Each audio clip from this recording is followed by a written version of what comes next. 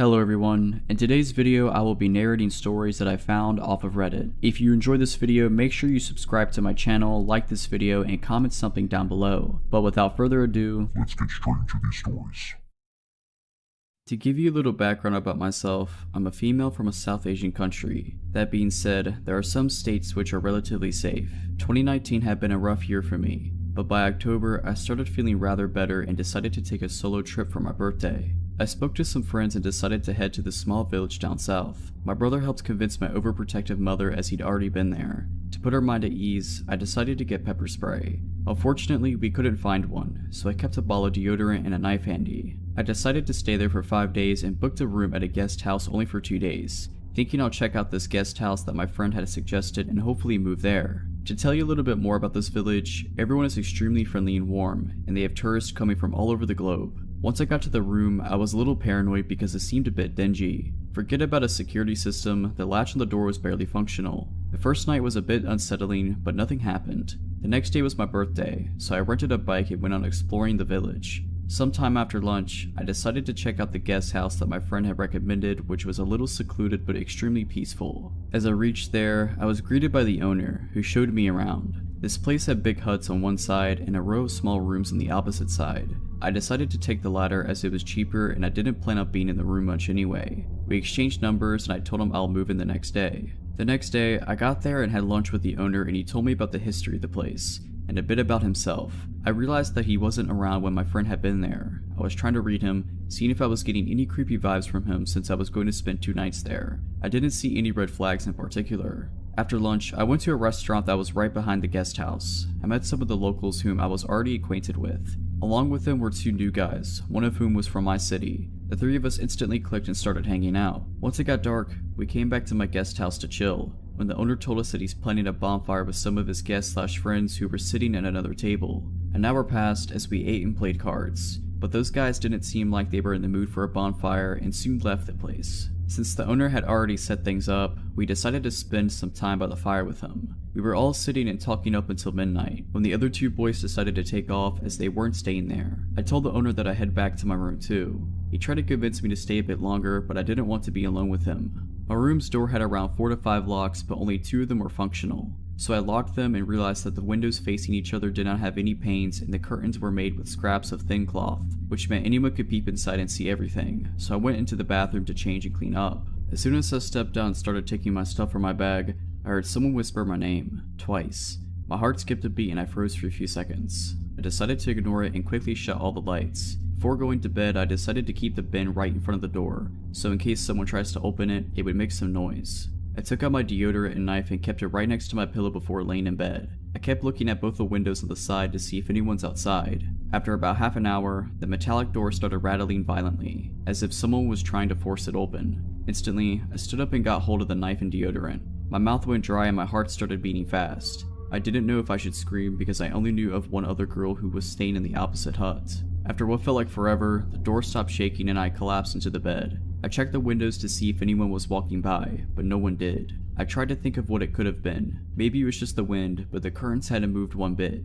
It had to be a person. I don't know when, but I passed out soon after. I woke up around 6 AM to see that it was almost bright outside. I closed my eyes and tried to go back to sleep, when it started happening again. Frantically, I shut up in bed again, ready to attack. But once again, it stopped after a few minutes. I didn't understand what was happening. I went closer to the door and got a look at the bin that I had kept by the door. It had moved away from its original position. Yes, something definitely happened. Not knowing what to do, I decided to go back to sleep. When I got out of the room later, I tried to read the owner's face, but it was just as hard to read as the day before. What worried me the most was that I had to spend another night in that room. I decided to not let that thought spoil the day and went out with the 2 friends I'd made for a trek and then to watch the sunset from a hilltop, where all the locals gathered to play music in the evening, including that owner. My new friends and I went somewhere else after that and then around 10 decided to head back to my guest house for dinner. As I was nearing the hotel, I got a text from the owner asking where I was. I didn't think much of it because it was late and he was probably wondering if I was safe. I didn't reply as we were almost there. When we sat down on the futon, the owner said I was just about to text you and show me the message he typed on his phone. I was just thinking about you. I'm not sure what that meant, so I looked at his face trying to read him and realized he was trying to do the same. Quickly I decided to act normal and told him where we were. We all sat, met a couple more people, ate, smoked, and around 11, the guys decided to head to their guest houses. At that point I got up and told him I'd head to my room too. He looked at the time and asked me why I was ending the night so early. I told him that I was really tired from all that walking and that I wanted to be up early. He didn't push any further as there were other people around. I went back to the room filled with anticipation and dread, but thankfully nothing happened that night. The next day I checked out, but my bus wasn't until 5 p.m. I didn't want to be left alone with the owner, so I met up with the guys, leaving my luggage at the reception, which was also the eating area. When I came back, I picked up my bag and thanked him and left in a hurry. I still have no idea if it was the owner or the only helper that I saw around. Whoever it was trying to forcefully get through my door, let's not meet. I may have been 8 to 9 years old. I lived in a nice little middle-class neighborhood. One of my best friends, Raven, lived across the street diagonally, one house down, so I often spent evenings at her home after school. Raven's mom would always call my mom to let her know I was leaving and to expect me in the next minute or so. This way mom knew to unlock our front door. Often she stood and watched from the screen door to make sure I got across okay. I had begun noticing this beat-up red car, possibly an old Volkswagen or Buick, that would pass by almost every night as I ran back across the street. I would always head home just after dark, so possibly around 8:30 anytime I was leaving Raven's house. It was always rolling super slow, speed limit was 25 miles per hour, and I want to say this vehicle was always passed at maybe half that. One night as I was leaving perhaps a bit later than usual, I stepped out the side door of Raven's house just as the car was about to pass the house completely. It stopped in the road and backed up as I approached the side of the road. The window rolled down just as the car stopped in front of me. A little woman with short reddish brown hair and blue framed glasses was smiling sweetly at me. "Hi sweetheart, it's a little late for you to be out right now, isn't it?" she asked me. Her voice was low and pleasant. "No, mom lets me. I'm just walking home," I replied stupidly. "Oh gosh, how silly of your mom. There's all kinds of bad people out late at night. Where do you live, sugar? I'll give you a ride." Just then, my mom came bursting out the front door and screamed, "Leave her alone," as she began running to me. The woman's pleasant demeanor dropped and I heard her mutter a word, possibly as she slammed her foot on the gas and took off at well over the speed limit. She didn't stop at the nearby stop sign, just blasted through it to make her escape.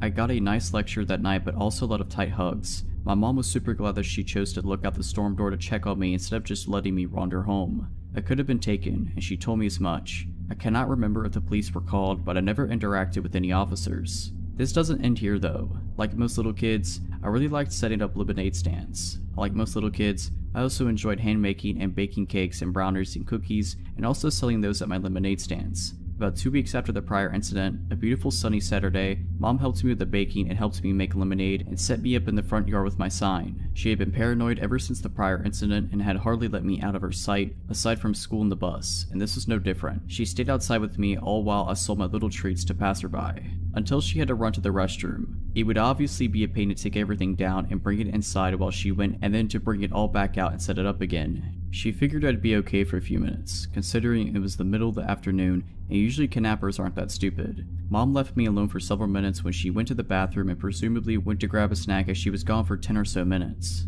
A familiar face walked up, about 8 minutes in. She appeared from around some bushes down the street. I didn't see her in the distance walking up. I honestly saw her stand up from behind some bushes and brush herself off and begin walking towards me. Her clothes were smart and sophisticated looking, almost like a pantsuit. It was a real clash with how ratty her car had been, but that same placating smile was on her face and her eyes glinted behind the same glasses. "Aw cute, a lemonade stand. Hi again, sweetie. Sorry for bothering you the other night. I didn't realize how close to home you were. Mama told me to not talk to you. Go away." I said it as meanly as I could muster, but mom had rightfully made me so frightened of this woman that I'm sure I just sounded like the scared little girl I was. "Come on now, Mary." She spoke my real name, first and last, and my eyes got big. "I'm a friend of your parents. I live down the street. Remember, we met at the pool this past summer. I had no recollection of her. If you're their friend, why did you leave so quick?" "Mom," I began shouting for my mother. This made her crouch down in front of my table, eye to eye with me. "We don't need to do that. I just want to talk to you. You like to bake, right? I have a really fancy kitchen with a nice baker's oven. All sorts of cool gadgets to make baking cupcakes and stuff like this super fun." "No, no, no, Mama." I stood up and pushed the table into this woman and started running for the front door. This woman kicked the folding table away and started to chase me until my mom appeared in the doorway. She flung the door open and I barreled into her, and the woman stopped running and stood in the yard. "What are you doing to my daughter?" my mom shouted at her. "My God, your child is rude." I was just trying to buy a cupcake and she shoved the table into me and ran. Now I have lemonade all over my clothes. The woman lied through her teeth. I don't think she was expecting my mom to come back. That's the lady from that night in the car. I was now trying to get around my mom and hide behind her. My mom pulled out her cell phone and this time I know she called the police. The woman immediately ran off back the direction she came. The cops appeared. One took statements while the other one patrolled the neighborhood searching for her. They ended up finding her car parked at the grocery store that was up the road about half a mile at the other end of the neighborhood. They waited for her to show up and claim it. She never did. They couldn't find her. So, random lady in the red beater, please, let's not meet again.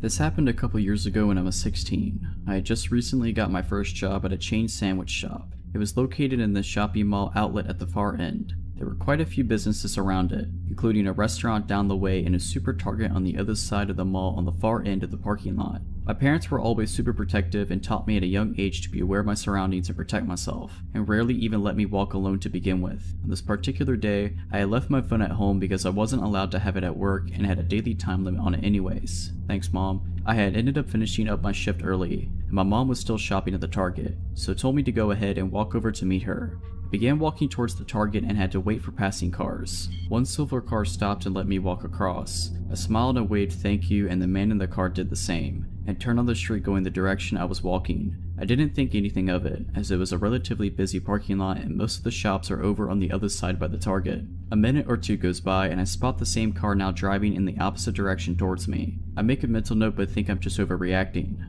That is, until he turns back around. At this point I'm concerned and notice I'm now a part of the mall that's a little less crowded with a more empty parking lot. I get this uneasy feeling in my stomach that he's following me, and to test my hypothesis, I switch my direction. Instead of heading towards the Target, I walk towards the restaurant. The car immediately turns into the parking lot. I switch into freak out mode and speed walk to the front doors. In my time of panic, I didn't realize that the parking spots for the restaurant were completely empty. I pull on the doors and they're locked. They were apparently closed on Sundays. At this point, the man in the gray car was parked in the lot in front of the restaurant watching me. The way he was parked, I would have to pass this car to go back on the path I originally was on. I stand there a moment pretending not to notice and think about what to do next. I obviously don't want to walk any closer to the car than I already was. I decide to cut through the side shrubbery of the restaurant and head towards the closest shop I could find. The gray car comes out of the parking lot still following me and I bolt into the dollar store across from the restaurant. I see the gray car park and I walk up to one of the cashiers and explain what happened, and I ask if I could use her phone to speak to my mother. She says of course and tells me to stay in here until my mom comes to get me. I call my mom and tell her about the car and she of course freaks out. By this time, I think the man in the car caught on because he eventually backs out and leaves. My mom shows up and thanks the cashier lady and we drive to the Target. Aside from us both being shaken up, we were okay. It definitely ruined me for walking alone again. Now that I'm an adult and live on my own, I carry pepper spray and a pocket knife anywhere I go just in case. I rarely walk anywhere unless I'm with someone or it's only a few minutes away. It still scares me today to think of what could have happened, or what that man's intentions were. So, to the man in the gray car, let's not meet again. This all happened last summer when me and my childhood best friend, we were both 15, decided to go camping for her birthday.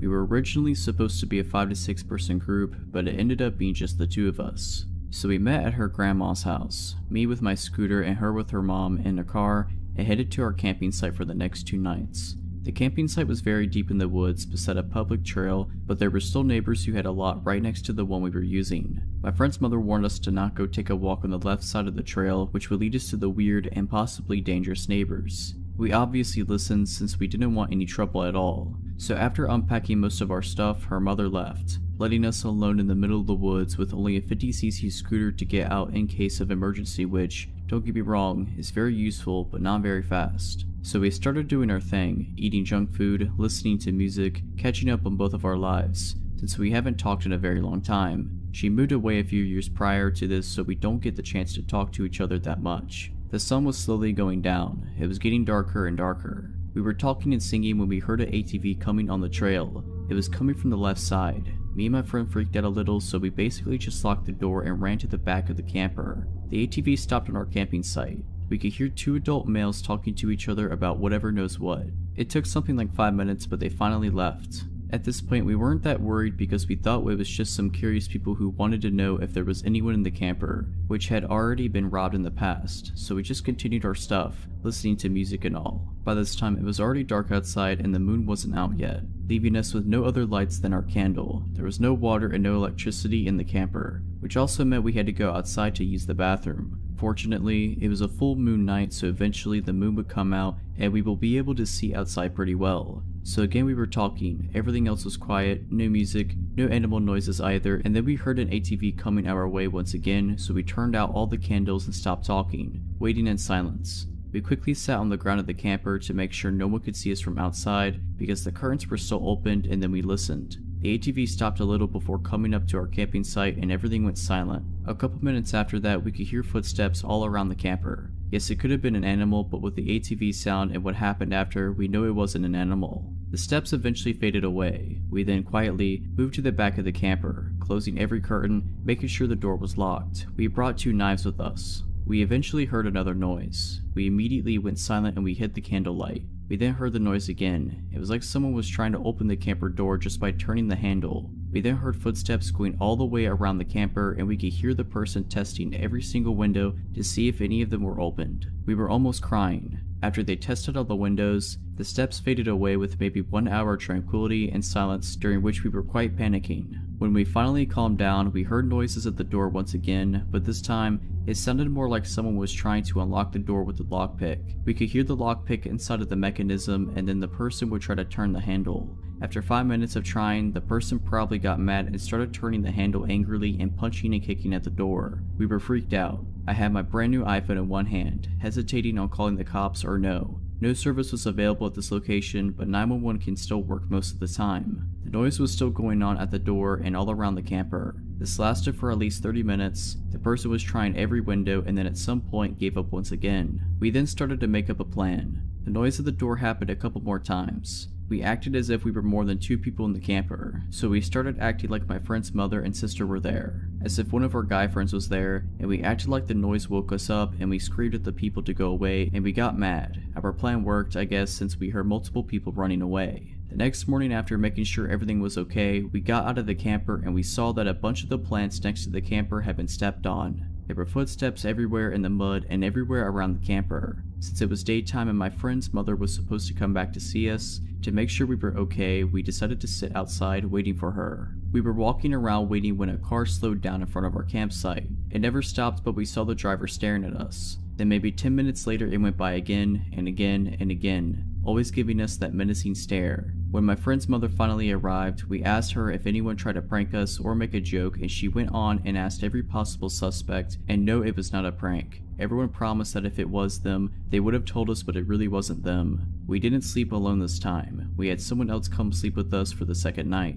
I'm just glad they weren't able to open the door to the camper.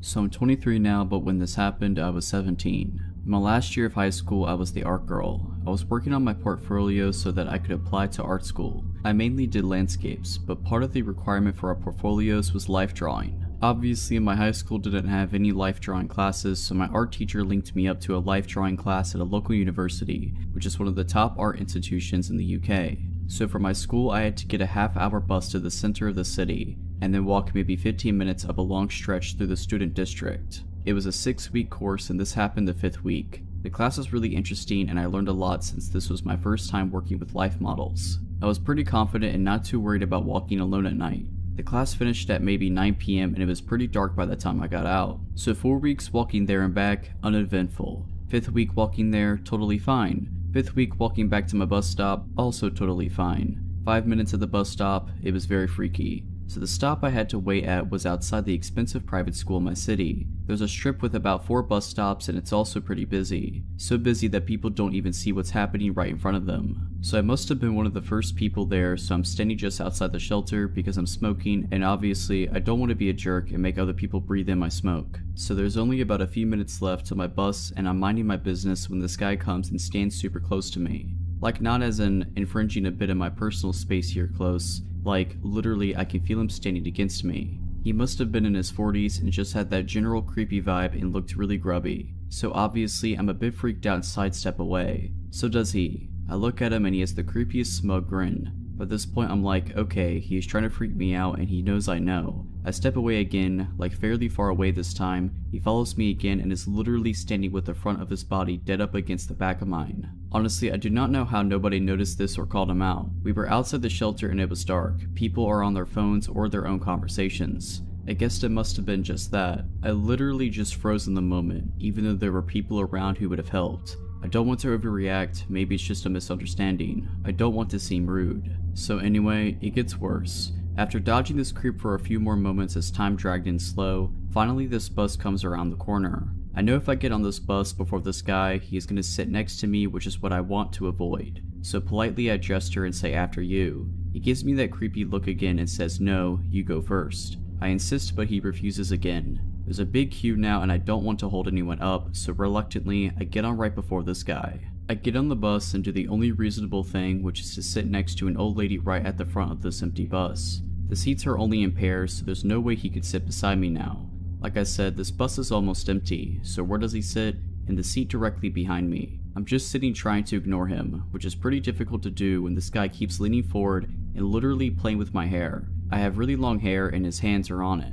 I pulled out my phone and tried to text my mom, but the sending bar would just stick. It happened to literally every time I tried to message her. Obviously, I was scared to call her. I didn't want him hearing what I had to say. I messaged my friend and told her what was happening and that I thought that if I got off this bus, the guy would most definitely follow me. I still had a 10-minute walk home after I got off this bus up a long straight road, so my friend calls my mom and tells her what's happening. My mom then calls me and relays what my friend had told her. Now, I'd been on this bus for about 15 to 20 minutes and my stop was coming up in 5. It's not a big city. My area is suburban and I don't know everyone, but I think I recognize most. I'd never seen this guy before. He wasn't local to my area, so I reasoned he had definitely been on this bus longer than his stop. Anyway, my mom called. I just said to her, I will be getting off this bus in 5 to 10 minutes. You need to get to X Street now and meet me. As soon as I said that, the creep pushes the button for the next stop. Literally as soon as I say it. He stands up and makes sure to bang into my arm and drag his body hard across me as he walks past. Stares at me from the door and through the window as the bus drives away. I'm not 100% certain if he actually had bad intentions, or if he just got off on a 17-year-old girl who was on her own. The fact he pressed the button as soon as I confirmed someone was meeting me makes me think he did intend on following me. I didn't go to the final week of that class.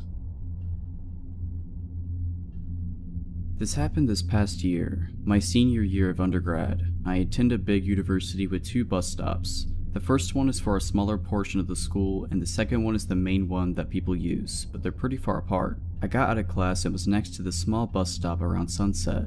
This guy, I'll call him Eric, comes up to me of all people in line and starts asking if this bus would take him to one of the student housing areas. It was kind of odd because it was partway into the year, but whatever, he seemed genuinely confused. I explained yes, this bus would take him there and his stop is the same one I get off of. He asked if he can wait in line with me and he was nice, so I said sure. We're talking and waiting for the bus and it doesn't come, so I decide to walk to the main stop and he follows. Again, at this point it's not creepy because it's just small talk. We walk to the other bus stop and we just jump on one over there. Eric sits next to me and is berating me with questions that I'm now answering very shortly. Then everything he says is flirty, like, yeah, come see my pool so we can tan. Let's work out together and get sweaty in the sauna. All very weird and random, and I just don't say much because everyone on the bus can hear the conversation. He then asks for my number, which I lie about, but this guy says okay, let me call you. Obviously, I get a call and Eric's just confused and I just say oh my bad. I knew he would call it again, so I just gave the right number. Now I'm regretting telling him my stop, but I still get off with him. He's continuing the flirty comments, but the street I'm parked on is opposite of his route home. I say goodbye and wait till he's out of my sight and to get in my car and drive away. At this point it's late and he was gone, so I just went home and forgot about it. He texted me a couple times the next few weeks, all of which I ignored. Eventually he stopped and I forgot about the encounter. Fast forward a few months and I rarely use the bus anymore because I have a parking pass. One day after class I decide to go to the Vons right next to my original bus stop. I park in the farthest row because it's very busy and my car is in the middle of the row. I'm on a quick mission, so I'm rushing down the first aisle and some guy turns around to check me out, but I ignore it and keep going. I felt the guy's eyes on me still and thought, how do I know this dude? Then I get in line and there he is at the front of the line grinning at me. It's Eric from the bus and I'm like, screw this, so I switch lines. He checks out way before I do and leaves. I get my stuff and walk out to my car. I was parked just far enough that you couldn't see my car, just the direction it was in. As I get closer, there's Eric standing right in front of my car. This was disturbing because he wasn't waiting at the door of the store or in the middle of the lot. Nope, right at my car. He positions himself in between me and my car and he's grinning and he says, "I know you." I play dumb saying sorry, you must have me confused. He says, "No, you're from school." I say, "No, that's not me, I don't go to that school." He believes me and starts aggressively asking me out. I say, "No thank you, I have a boyfriend." He says, "Okay, so you can't have friends?" And I look at him and say sarcastically, "Do you really want to just be friends?" He just grins at me and replies no. He then says, "Don't worry, when you're single I will find you." The way he said it was very unnatural and creepy. He finally gets out of my way and lets me into my car. He watches me leave the parking lot and I drove to my brother's house just because of how unsettling that encounter was. On one occasion, I came from a group project and had to take the bus. It was crowded when I got on, so I sat in the first seat I saw. I could hear the conversation behind me and instantly recognized Eric's voice. The girl he was talking to seemed to be really into the conversation surprisingly. But now here I was on a bus to a school that I told this creep I didn't go to. I tried to get off quickly but somehow Eric and the girl got off before me. I'm relieved and try to keep a distance. I don't see them anymore and turn a corner and there he is again waiting for me. He doesn't move though, he just grins at me and says, "Hi, are you going that way or this way by now?" He used my real name and the fake one I used when I played dumb at Vaughn's. I just walk away and call my friends to meet on campus. The shelter in place was issued the next week and I moved home. Luckily I never have to see Eric again. This story is from my days as a gas station clerk. This happened during a football Saturday, so the store was full of people from the moment I walked in. Most of the night is a blur because it was just cashiering for the first 6 hours of my shift. It was around 3 a.m. and things were finally starting to taper off. There were only a dozen or so people in the store. I just usually kept my head down and focused on the transaction in front of me so I wouldn't get overwhelmed, only looking up now and then to make sure the store isn't on fire and no one's stealing the wine case. I wasn't even looking around when I saw him. I just saw something strange in the corner of my eye and spun my head to look at him. When I got a good look, I was startled. This guy's skin was almost translucent white and he was soaking wet. His teeth were gritted and looked too big for his mouth. He was shaking as fast as he walked past the counter. I could hear the bathroom door slam from around the corner. I went back to my transaction and told myself that I needed to remember exactly where he was. I couldn't forget he was in the bathroom. I rang out the next few people, watching for him the whole time. After another 10 minutes or so, the store was suddenly empty. Customer rushes tend to be like that, from 100 miles an hour to just nothing. I knew he was still in the bathroom. I thought about going to knock, but I felt repelled. I had no intention of going near that door. I look at the clock and it's nearing 4 a.m., which is when I need to start brewing coffee for it to be ready when my manager comes in. The coffee grounds are all in the supply closet behind the counter, so I tell myself it's totally fine to go get them. It satisfies both my paranoia and my arrogance as well. I'm still doing my job, but doing something I believe to be tactically the best move. If for whatever reason the guy opened the bathroom door and tried to run behind the counter and do something to me, I could shut the door and lock it from the inside. Besides, the bathroom doors are old and loud. I can easily hear them open from inside the closet, so I can just come out and wait near the panic button until he leaves. This all seemed like a very good idea at the time. So I decide to go get the coffee packets and I'm listening carefully while I load up on all the flavors I need. I figure I will only be a minute or so I don't even turn the lights on. I'm listening carefully and I don't hear anything. I still don't hear anything. Then I hear a weird noise. It sounds like the water pipes in the back hissing at first, but it's too ragged. I suddenly realize the noise is breathing, and it's getting louder. Then it's right on top of me. That's when I stood and turned to leave, and saw him in the doorframe. We just stood there both staring back at each other. Later when my manager reviewed the footage, she saw him leave the bathroom by slowly pushing the door open. Without making a sound, he had wandered behind the counter and peeked into her office, stepping in far enough to trigger the automatic light. After that, he had wandered behind the food service counter before making his way to the open supply closet door. The next thing she saw on camera was me flipping out. I stepped backwards, my body shaking so hard my knees almost buckled. At this point, I think he realized how absolutely horrifying this entire scenario was to me. He put up his hands and started apologizing awkwardly. He was really twitchy and still gritting his teeth. I basically went on autopilot for a moment and said I wouldn't talk to him until he got out from behind the counter area. He walked backwards until he was barely on the other side of the employee's only entrance, standing next to the soda machine. He began asking for an iPhone charger, telling me he was lost. He said he had no money and just needed to charge his phone here until he could call for help. I told him I don't have an iPhone charger and I couldn't help him. He sighed and looked down for a moment, seeming to think about what to do. Then he flipped his head back and screamed as loud as he could. He then punched the soda machine hard. I backed up and ran around the counter, up to where the panic button was under the register. I watched him as he walked around the store, punching the walls and kicking the counters and screaming. I heard myself shouting over and over, "Get out right now." After a second he stopped and turned around to look at me. He quietly apologized before wandering out of the store and running off into the dark. At this point I was shaking, but tried to pick up and keep working. I started brewing the coffee, checking the windows to see if he was out in the parking lot, but I couldn't see him. After another few minutes, a regular came in and told me a strange man had come up to him asking for a ride. He said the guy was soaked and his teeth were gritting. That's when I decided to call the police. They found him in the parking lot next door, screaming and punching the moving trucks. They took him to sober up and calm down. They informed me that he was very sorry for losing his cool and he was just very drunk and very lost. He had come from out of state for the game and got separated from his friends. In the end, nothing bad happened, but it made me realize that something easily could have. If you're liking this video, all I ask is that you make sure to subscribe to my channel and like this video. Thank you.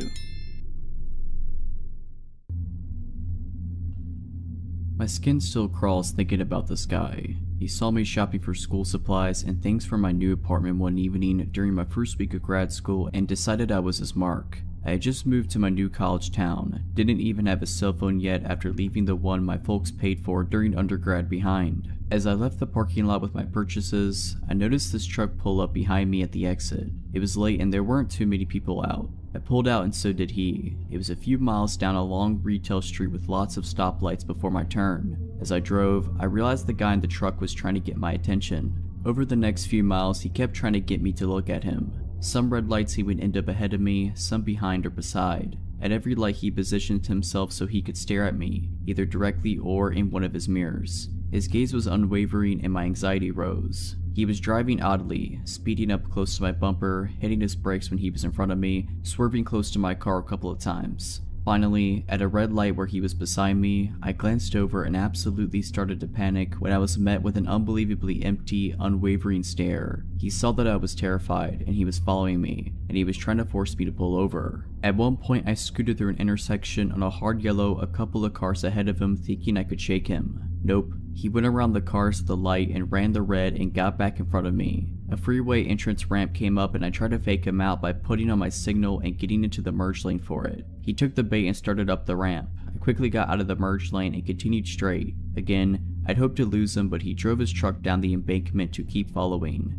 At another light where he was beside me, I pulled through the light and then he turned at the last possible second. He made a U-turn and ran another red to follow me. My panic really ramped up at that point. With no cell phone, no sense of direction, in a new city, I really didn't know what to do, so I turned on some music and forced myself to sing along and forced myself to go to the speed limit so I wouldn't crash out of terrified stupidity. I decided to drive to the supermarket across town because I remembered it had a police station in it. He followed me all the way there. He burned out of the lot as soon as he saw all the cop cruisers parked out front. I filed a report and asked for a police escort home. I insisted because something told me this creep was waiting for me to leave the police station. He was. As soon as I pulled out, I saw him. I pulled over and told the officer following me and he went after him, but the truck had taken off and the cop couldn't catch him. The police got the surveillance video from the first store. It turned out this jerk had been dodging me the entire time I was shopping. I saw my surveillance footage following me through the store. I saw him follow me out, close enough to grab my elbow. I saw footage of him circling the lot in his truck, waiting for me to pull out when I took too long to unload my cart. My heart sank. I was able to remember 6 of 7 digits of his plate and the make and model of his truck. In the end, the cops did nothing. They said it was a he said she said since the surveillance video didn't catch him doing anything particular unlawful and was a losing case to try to charge him with anything.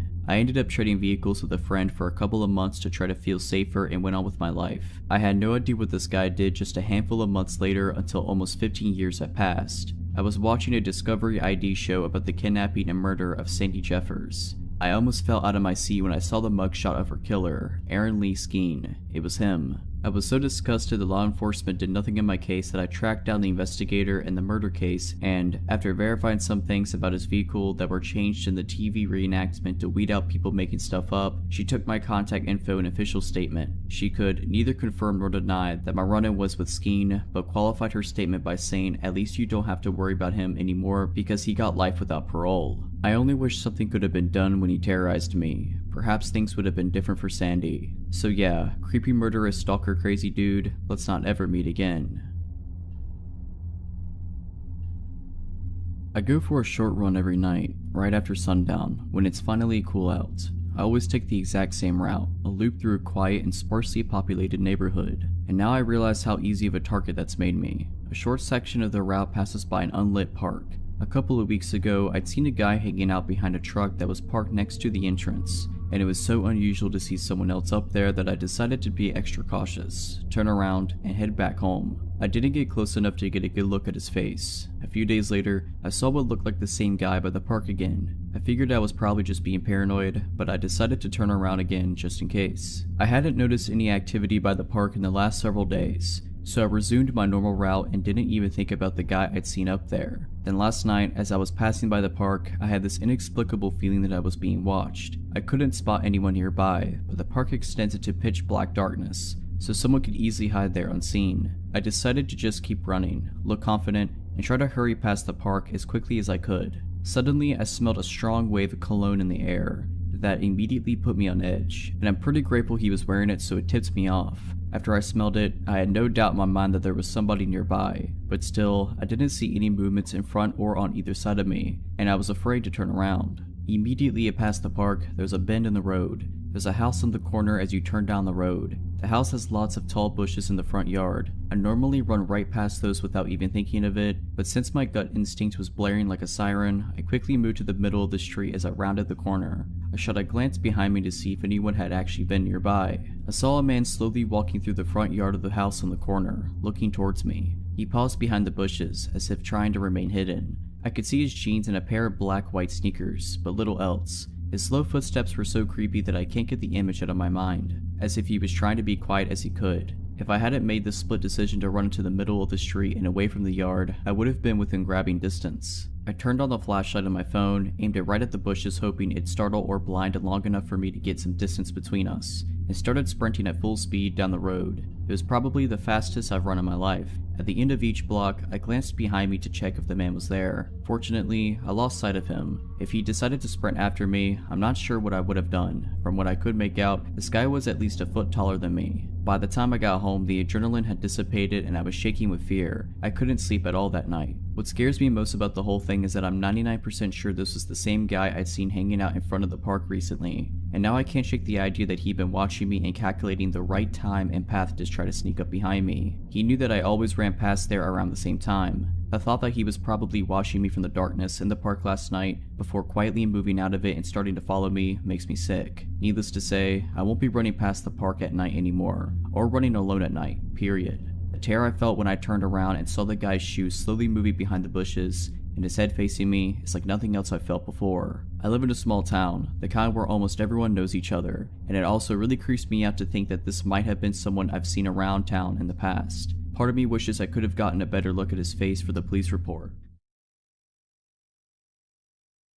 So this encounter took place approximately 10 years ago when I was 15. I was from a suburban area where my part of town was divided into a grid, approximately 8 blocks long and 8 blocks wide. Me and my friend Jesse were walking home from another friend's house who lives on almost the exact opposite of corner of the development from me. We were on the way home and as usual I walked him to his house and then walked to mine. We noticed a blue Ford Bronco was circling the blocks throughout our walk, but didn't really think anything of it. We got to his house and we hadn't seen the truck for a few blocks. I assumed I had nothing to worry about. I get another 2 blocks or so and I see the truck again. He was parked on the side of the road, but you could hear that his truck was still running. He followed me all the way home, but was sure to not take the exact same route. I got to my front porch and could see he's parked just a few houses down on the same side of the street. I mentioned it to my dad, an absolute mammoth of a man, and he went out to see the truck. He saw it and started walking down to it when it took off. 2 weeks go by and I haven't seen the Bronco since. This walk home was almost a daily routine at this point. We had a snow day from school and just me and my sister were home. I'm playing on the computer when something catches my eye. Directly to my right is a window and there's a man standing in it. Now this window's on the first floor, but still approximately 5.5 feet off the ground, bi-level house. This man's entire head and body still fit the window. He's got curly hair, a full beard, and looks to be pretty big as he fills almost the whole window. We locked eyes and I ran out to confront him. I know, stupid. He ran off down the street to the same blue Bronco parked in almost the same spot as last time. He pulled off faster than I could catch him. This time I called the cops. I gave them as much information as I could, and basically all they said was they'd keep an eye out for him. I showed them where he was, and they were able to confirm it by the footprints in the snow leading to and away from the window. Now what had me a bit concerned was I wore a size 12 shoe. My dad, who was still significantly larger than me at this point, wore a 14, and his shoes were still a bit smaller than the imprints in the snow. Well then, we're screwing with Bigfoot now. A few weeks go by and there hasn't been any more weird encounters. My head's been on a swivel every time I'm out of the house. I don't want to say that I was looking for a problem at this point, but I was. I was kinda hoping that this dude would show up and try something. I was ready for it. I wasn't ready. Me and Jesse were walking home from the same friend's house one night and we saw this Bronco again. Screw it. We're young and stupid dudes, so we figured we're gonna trap him. We went completely out of our way to go to the only dead end in the development to try to get to him once we confirmed he was following us. You never know it was a dead end unless you knew the area because there were never and still aren't any dead end or no outlet signs. I guess he had an idea to what we were doing because he knew where we both lived. He didn't follow us down. We thought it was the perfect plan because of how many moves he'd have to make to turn around. Several cars parked on the street, and it's not a cul-de-sac, just a road with no outlet, and thought we could run up on him when he tried to back out. He outsmarted us that day. The next day on the same trip, from the same friend's house, on the same road we see him again. I walk my friend home and figure screw it, I'm fine. I dare this dude to come out at me, and he didn't. This happened several more times over the next week or two, until the guy decided to make his move. I was on my way home after just leaving Jesse at his house. I got another block before I saw the truck. I'm walking perpendicular to his truck when as soon as I'm in his path, he turns on his lights. I ran up the few blocks to my house and waited on the porch to see where he was and what he was doing. This time he stayed put just a few houses down. I told my dad again and he went out to see. Truck's still there. Me and my dad start walking down to the truck and it's still not moving. This ballsy dude had the audacity to get out of his truck to confront us. Terrible idea. He gets out when my dad is still 25 feet from the truck. I guess my dad is about 6'4" and under 300 pounds with a body built by Bud Light and manual labor. This guy though had some size on him. What I saw next was one of the most impressive things I've ever seen in my life. So my dad's not much of a talker, and at this point he's already got a problem with this guy. The guy gets out of his truck with the most sadistic smile on his face. My first thought is the guy has a gun. I yelled to my dad that he might have a gun, and all he yelled back was, "I got it." Well, he definitely had it. They walked up to each other, and before a word was even said, my dad swung. The dude was done in. Before he even started to crumple, my dad hit him again. He hit his truck and hit the ground. I never saw the guy again, and after just moving back into my parents' old house with my young son, I hope I never do. So big dude with the blue Ford Bronco, I hope you never come back to my window.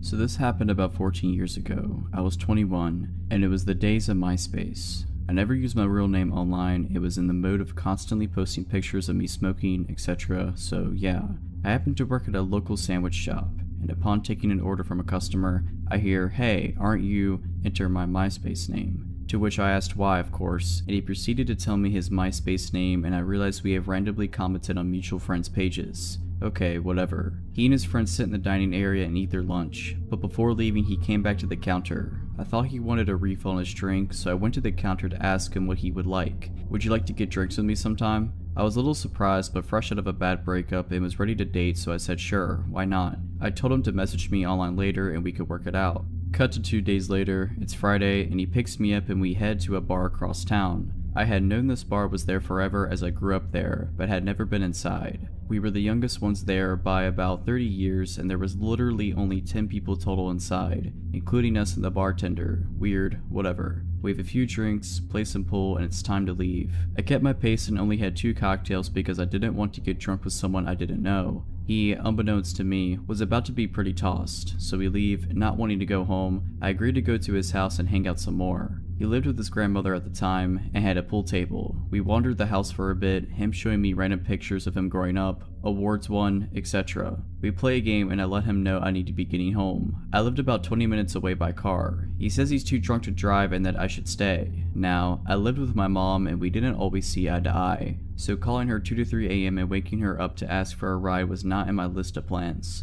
I told him fine, I would walk. It would have taken me over an hour to walk home, but I was not about to sleep at this guy's house and would have rather taken my chances. The route home didn't go through any bad areas, and I had been a pedestrian for years at that point, so I was used to walking everywhere and was fine with it. All of a sudden, he can drive and doesn't want me walking home alone. Again, whatever. We get to my house and I thank him for the ride, and now he tells me he is too drunk to drive and can't drive home. The place my mom and I lived in was 3 stories, and I had the whole bottom floor to myself and a makeshift living room with couches, so I figured screw it, sleep it off on the couch and go home in the morning. By now, I had already decided this was going to be the only date we ever went on. Not because of the whole driving situation, but I just wasn't into him. He proceeds to lay on my bed the minute I let him inside like some stray dog or something. So being tired and annoyed and just basically over it, I said fine, I'll sleep on the couch. Well, I don't know how long I was asleep or how he even stayed awake, because it took me forever to fall asleep knowing he was there, and this was all just too weird. I wake up to this guy's hands around my throat. Well, kinda woke up. I remember laying there with my eyes closed and my mind thinking, what's going on? So I pretended to roll over to basically let him know I wasn't unconscious, and he stopped. 20 minutes later, same thing. This time I sat up, pushed him away, and started yelling at him. What are you doing? Get out, now. And the strangest thing was, it was like he wasn't even fully there. His eyes were open, but it's like he was in a trance and wasn't even fully aware of what was happening. I grabbed his keys and wallet off the table, opened the door, shoved him outside, threw his keys and wallet at him, and slammed the door. He never knocked or anything, and I kept the lights off so he couldn't see me watching him through the window, phone in hand ready to call 911. My mom was 2 floors above asleep. He kind of staggered off where I couldn't see him, so I just sat on my bed listening. 30 minutes later, I heard his car start and drive off. I logged onto MySpace right away, blocked him, and blocked his number in my phone. I showed my boss his picture the next day, explained the situation, and just let him know that if I ever saw him walking again, that I was walking to the back until he left, and to just tell him I quit. Never heard from him again. I, a 23-year-old female, grew up in a rural area in Ontario. It was the kind of place where you never lock the doors because you know everyone in town. The all too trusting small town mentality stayed with me once I moved to a big city for university. I got an apartment in a student area with a college nearby and plenty of bars within walking distance. I lived with a guy friend, Roddy, who was a few years older than me from the same small town. I would go to the bars with friends on the weekends and stumble home by myself around 2 a.m. One night on my way home, my neighbor, Kyle, and I met in the hallway, both headed to our own places. He was also drunk and good looking. He said hello and invited me inside. I ended up staying the night with him. He was nice, and it was a fun night, if not a little awkward. We didn't exchange numbers, and it didn't seem like we cared for anything to come out of it, so I went home in the morning and that was that. Fast forward to 2 days later. I was asleep in my bed, and my roommate was half asleep on the couch with the TV on. He heard a sound that might have been the door creaking open, but he ignored it in his tired state. A few minutes later, he opened his eyes to see a naked man standing in front of him, lifeless and staring into his eyes. It was Kyle. Roddy tried to talk to him and ask him what he was doing here, but he didn't respond. Roddy ran to my room and said, I think Kyle's here to see you. So I followed him out into the living room and saw completely naked Kyle, staring at us with the most serious and concentrated eyes I had ever seen. Roddy tried to talk to him and asked him to leave, but once again he didn't respond. Instead, he went into our kitchen and opened the fridge. He proceeded to take our butter out and start smearing it all over his face and chest, saying nothing, and still with a completely serious look on his face. Roddy and I ran to my bedroom to talk about what to do. While we were in my room, Kyle walked down the dark hallway that led to us and stood in the dark right before the light of my room could reach him. All you could see was his silhouette, and he started whispering hi, hi, repeatedly. Roddy and I ended up calling the police and staying in my room until they came and took him back to his house. They said he must have been on drugs, but probably wasn't a threat. I agreed I didn't think he was a threat, but I didn't sleep well that night knowing he was a thin wall away from us in that apartment. My family decided to fly across the country to visit me in LA, where I live. We thought it would be nice to visit Catalina Island. When we arrived, it became apparent to us that it was off season. It was late November, the weather was cold, and as a result, the island was nearly empty besides locals and a few straggling tourists such as ourselves. Our first priority was to ditch our luggage so we could explore the island, so we immediately checked into our motel, though that word hardly does the place justice. I called a motel because all the doors to the rooms exited to the outside, but in actuality our room was one of the 20 to 30 quaint guest house looking buildings arranged in sort of a horseshoe shape around a walkway, with rooms on either side of the path. The entrance to the motel was essentially one of the points of the horseshoe, and if you walked dead straight, you'd reach the room we were given, essentially on the corner before you have to go right to go further into the horseshoe. So from our room, one path led back to the street, the other further into the secluded maze of rooms. After a day of exploring and having just finished dinner, it was time for the cold, dark walk back to the room. Catalina Island is a decent distance from the mainland, and it gets dark. I pulled my black hoodie tighter over my freezing ears and walked ahead of my parents to the hotel room, telling them I just wanted to go to sleep. And I did immediately. I was already losing consciousness as they entered after me, drifting off without so much as a good night. I then woke up to my mom saying my name, a harsh whisper. The room had 2 beds, my parents' bed closer to the door and mine further in the room. My mom's voice cut through the silence again. She sounded concerned for me. I didn't blame her, considering my mental state at the time. Groggy, I rolled over. "What?" I asked. As my eyes adjusted to the dim moonlight coming in through the curtains, I saw her turn to face me. She was surprised to see me in my bed. Her eyes got wide. If I'm in my bed, who was she talking to? We both looked back to where she was previously looking to see a hooded figure in all black standing over their bed. This was horrifically startling as it was on an island in the middle of the ocean and wake up to see a hooded stranger looming over you. This moment seemed to last forever. My mom's words became low and severe as she said my dad's name in a dire voice I've never heard her use before. Then the hooded figure did something so bizarre and unsettling. It didn't advance towards us, but instead crouched in the corner near where it stood. The way it crouched was so absolutely unexpected, even in regards to this already unexpected situation, that it terrified me. It seemed animalistic. I knew 2 things. The hooded figure had been standing over us sleeping, and it's not acting in any sort of way that I could understand. As opposed to the infinite moment of this figure standing over us mere seconds ago, the series of events that unfolded when my hulking ex-military dad woke up happened in an instant. Suddenly, we were out the door, not knowing which way the intruder went. My mom was screaming, "Get him, get him." My dad was running down one path of the horseshoe, further into the hotel, shouting through sheer adrenaline. I ran down the other path, towards the street. When I got there, not a sign of the intruder, but it became suspiciously quiet behind me. I ran back to the room to find my dad quietly walking back, his head low. He gets really close to me and I hear him say, "It's a kid." The explanation: some young teen, tall and lanky as I am in my 20s, wearing all black including a black hoodie, went into the wrong room, our room. The one time my parents just so happened to forget to lock the door. My mom woke up when he entered and seeing a tall person in a black hoodie, thought he was me, assumingly leaving the room. And when the hooded figure crouched, that was him when he realized his mistake and panicked. He was scared of us. As I got back to the room, my mom walked out and hugs this kid, who was now crying his eyes out. I would be too if a massive ex-soldier was sprinting after me with murder in his eyes. So, to the now traumatized kid from Catalina Island, sorry for the misunderstanding.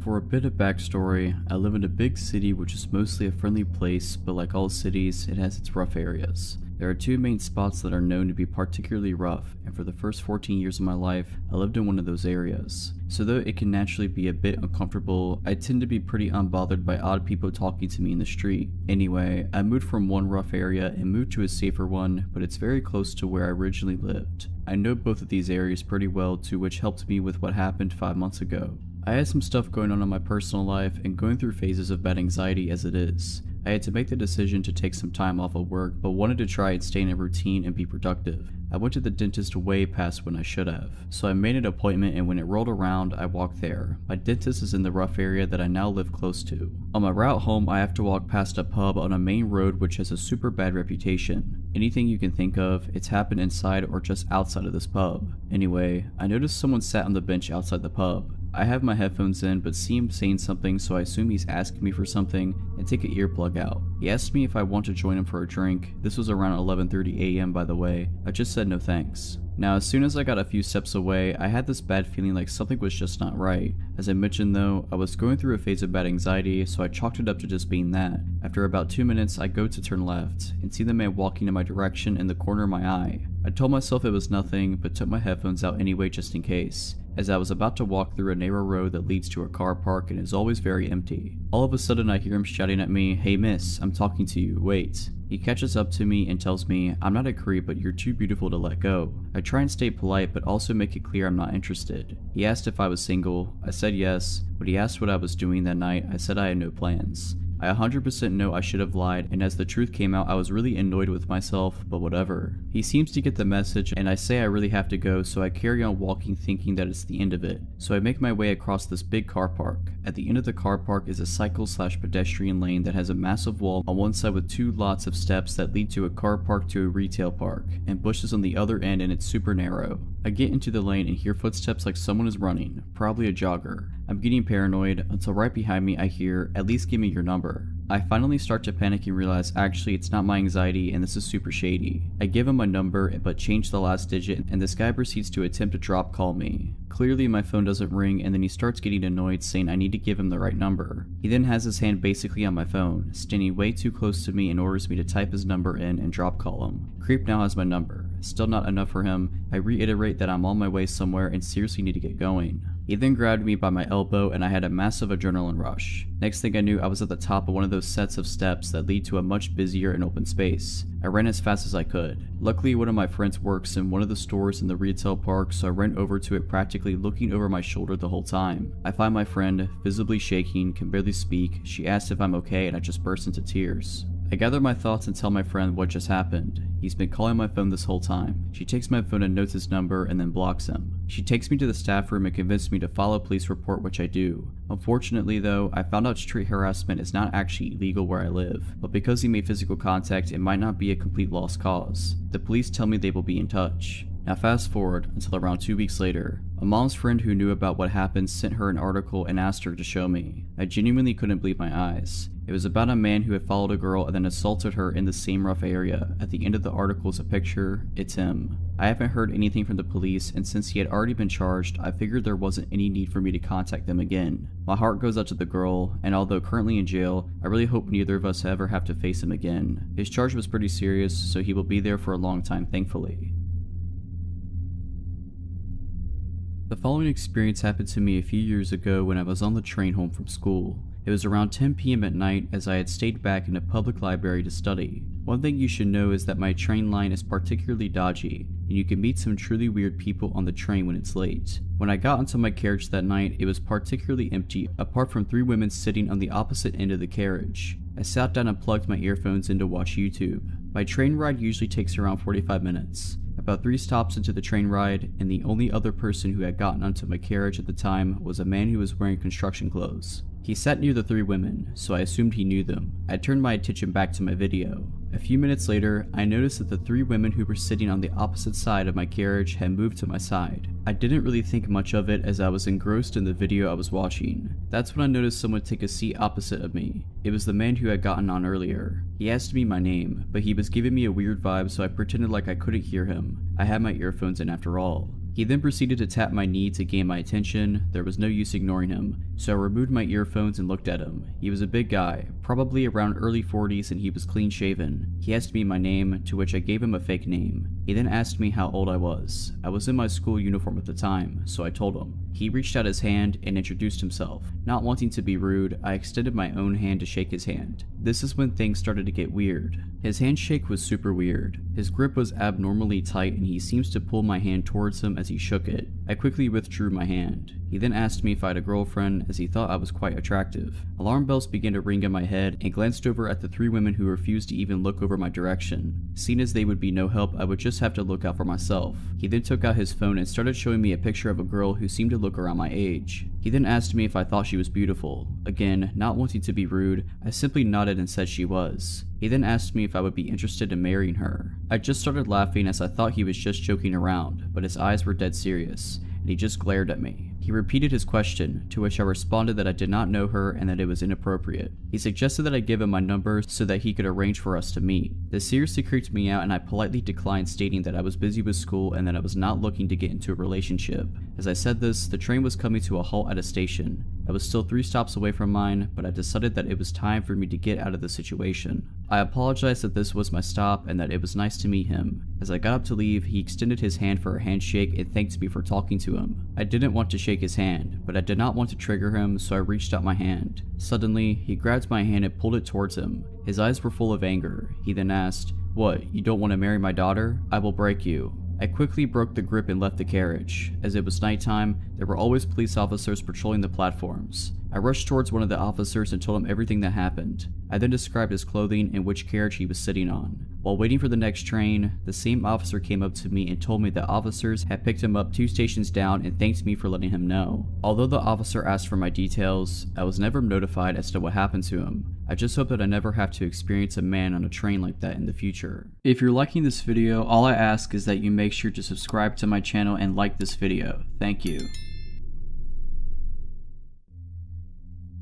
I was about 19 and had transferred to a college very far from home. My parents had raised me pretty dependent, so it didn't upset me. I saw it as a fun challenge. One of the biggest changes to get used to was not having a car. I could have gotten one, I guess, but it would have just been a hassle to find places to keep it when I wasn't at school, etc., so I just opted for the bus instead. I'm not a big fan of person-to-person interactions, so I always made sure to sit up front, hopefully by myself, with my bag in the other seat, and not only headphones in, but a book open as well, all friendly signals to please go away. Thing is, I'm not that great at actually telling people to go away. I had gotten on the bus to head to the mall for a bit, and I realized someone was talking to me. I paused my music and looked up. A homeless man was asking if the seat was taken. There weren't really a lot of people on the bus, but I felt awkward and very rude saying no, like I was judging him. I didn't want to appear unkind, so I moved my bag and then made a big show of putting my music back on and raising my book up to read. I had to keep pausing my music because the man kept talking to me. I kept trying to downplay it to myself that it was just his idea of small talk,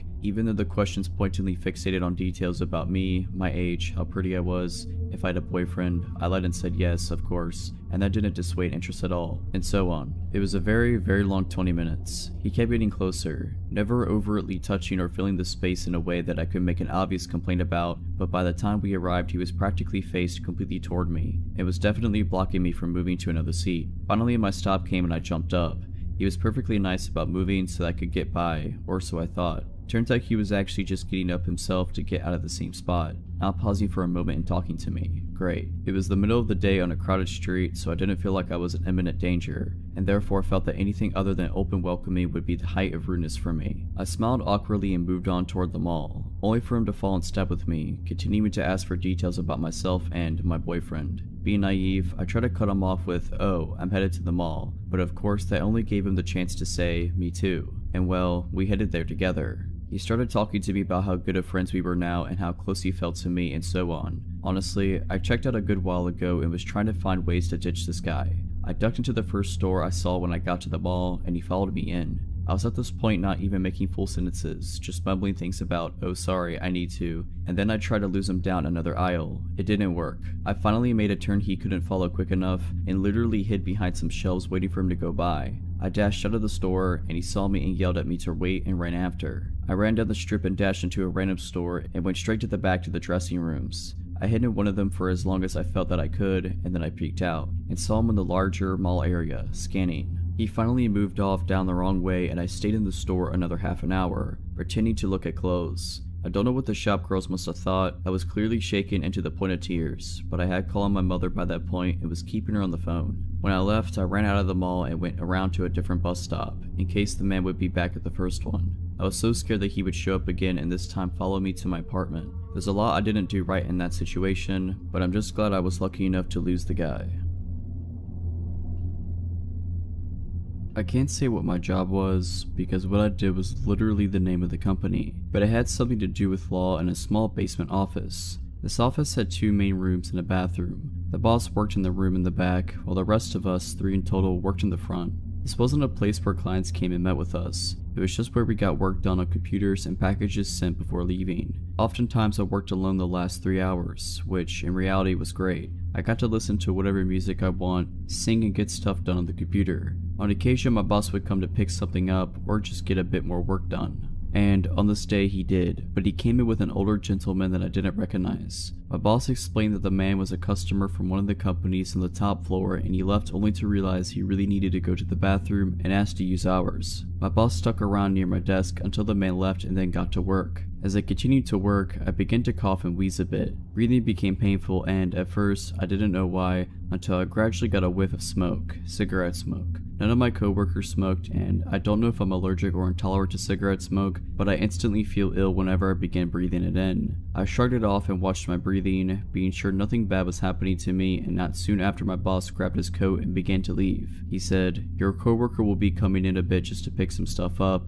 and as he opened the door, the scent of smoke burst through and on the ground were cigarette butts from what he said. Thus, he continued with, "And let's have you lock the door behind me too." I couldn't agree more. That was creepy. But if it was the man who used our bathroom, it wasn't too strange to assume he'd hunkered at the bottom of the stairs to take in some smoke before leaving. When my boss left, I made extra sure that the door was locked before continuing with my work. Another hour had passed by, about an hour and a half remaining of work when I began to smell smoke again. My heart sank as I turned my eyes to the door and quietly got up from my chair. I usually took off my shoes at work. Like I said, we didn't have clients come there. We were pretty chill when it came to wardrobe, but even with them off, I tiptoed over to the door and pressed my ear against it. I didn't hear anything at first, however, the scent of smoke was prominent there. For one reason or another, I decided just to go back to my desk and wait until my coworker got there. Not 10 minutes more in though, I heard this click, click, click sound. It was subtle and I had to look around to spot where it was coming from. It was the doorknob of our office. From where I sat, I could see it just slightly jerk back and forth. The person was doing it slowly as I was sure they were trying to be quiet. By this point, I called up my coworker to come sooner. In some ways, I felt safe.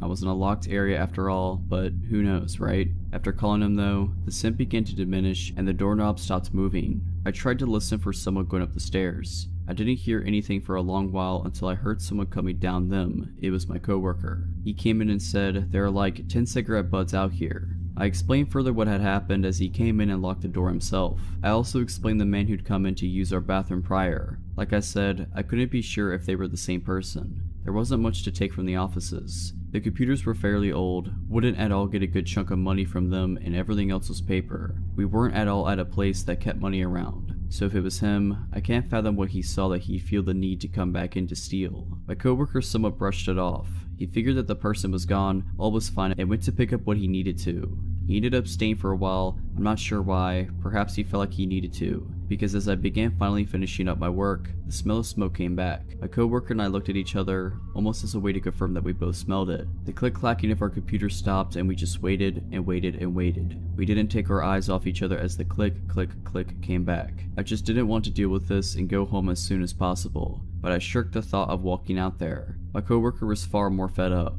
He stood, stomped to the door, unlocked it, and opened it. There was a man there. I didn't get a good look at him. I saw him raise his arm, freeze, and then he disappeared and sprinted up the stairs. My coworker walked me to my car soon after, told our boss about it, and we made it a rule that we always lock the door from that point on. Especially me, because after that day, every now and then, I'd smell smoke and hear the doorknob attempt to twist. Whenever I did, I either called up my boss or waited every now and then I heard the steps leave. Frankly, we should have put a camera up or called the police, something at least. When my coworker described him to my boss, it seemed like he was the same man who used our bathroom, but that is just speculation. We have no idea what he wanted or if there was a purpose. Be careful letting people use bathrooms. They could have ulterior motives. When I was about 8 or 9, my family took a trip skiing to a small resort a couple of hours from where we lived in Spain.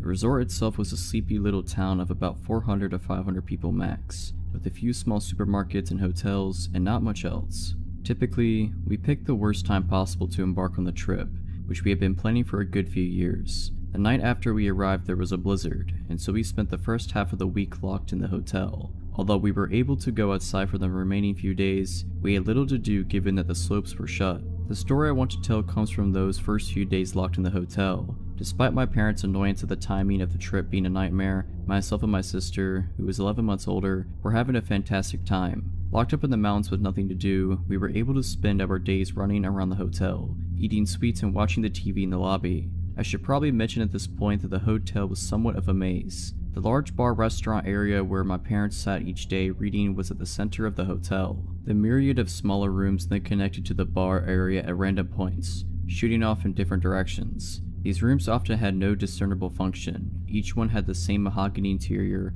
and they were full of couches, fireplaces, and antiques that allowed for great games of hide and seek. The rooms would often have offshoots themselves, connecting to new rooms which would then connect to yet more useless wooden caves. As such, it was possible to be 4 or 5 rooms away from the main hotel area at any one time, without knowing exactly where you were or how to get back. Anyway, at some point along the weekend, myself and my sister decided to play hide and seek. Bearing in mind the above, it was almost an impossible challenge to find the hider. At one point in the game, I was just about to give up on searching for my sister until I heard her voice from what sounded like a few rooms away. After successfully navigating the web of rooms, I emerged to find her sitting on a couch alongside a German man with gray hair, probably in his 60s if I had to guess. As soon as I emerged into the room, the man turned to me and told me he was taking my sister to the swimming pool and asked if I wanted to come. I remember immediately thinking it was odd that there was a swimming pool that we hadn't heard of. My parents had been complaining that morning about how much TV we were watching, and so I was sure they would have taken us there if they had known about it.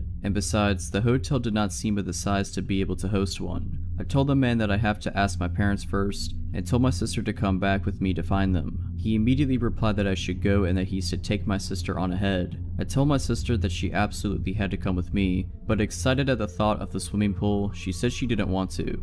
We began to argue, with the man taking my sister's side and encouraging me to go ask my parents permission whilst he waited with my sister. I dug my foot in, telling my sister that our parents would be very cross if we went somewhere on our own. And after a few minutes bickering, she eventually gave in and came back with me, giving her assurance to the man that we'd come back. Of course, when we told our parents, they were livid. My dad went back to the room to try and find the man, but with all the offshoots and given that all the random rooms looked the same, it was almost impossible to be sure that we were in the right one. In any case, there was no sign of him. I remember my dad screaming at the hotel lobby that he needed a list of all male guests and their room numbers, but of course they wouldn't give it to him. We spent the rest of the trip by our parents' side, terrified at the thought of being locked up in a blizzard with him. Thankfully, we never saw the man again. My mom and I normally shopped at the market just a few minutes away from our house. My mom had been shopping there for 20-some years at this point and was friends with most of the workers, so I was friendly with them too, and was always happy to talk to them. Whenever my mom got distracted talking to someone, I, with the attention span of a 6-year-old, would wander around the aisle. My mother would keep an eye on me to make sure I didn't get too far, but if she was distracted, one of the employees would usually be around and gently guide me back over. One day though, we went to a different market that I couldn't remember having been to before, and we didn't go back to for nearly a decade. We were walking around the aisles when my mom ran into her friend. They started talking, and I, not realizing that I no longer had a store full of adults keeping an eye on me, started wandering around the aisle. My eyes caught some colorful display, I think flowers or balloons or something, and went over to look. Once I was satisfied with my inspection, I turned back to the aisle only to find my mom wasn't there. That had never happened before. I looked around a little, though not moving from my spot near the colorful displays. Since it was right near the registers, there was a decent amount of people nearby, which I'm thankful for now. As I was looking around, an employee came up to me.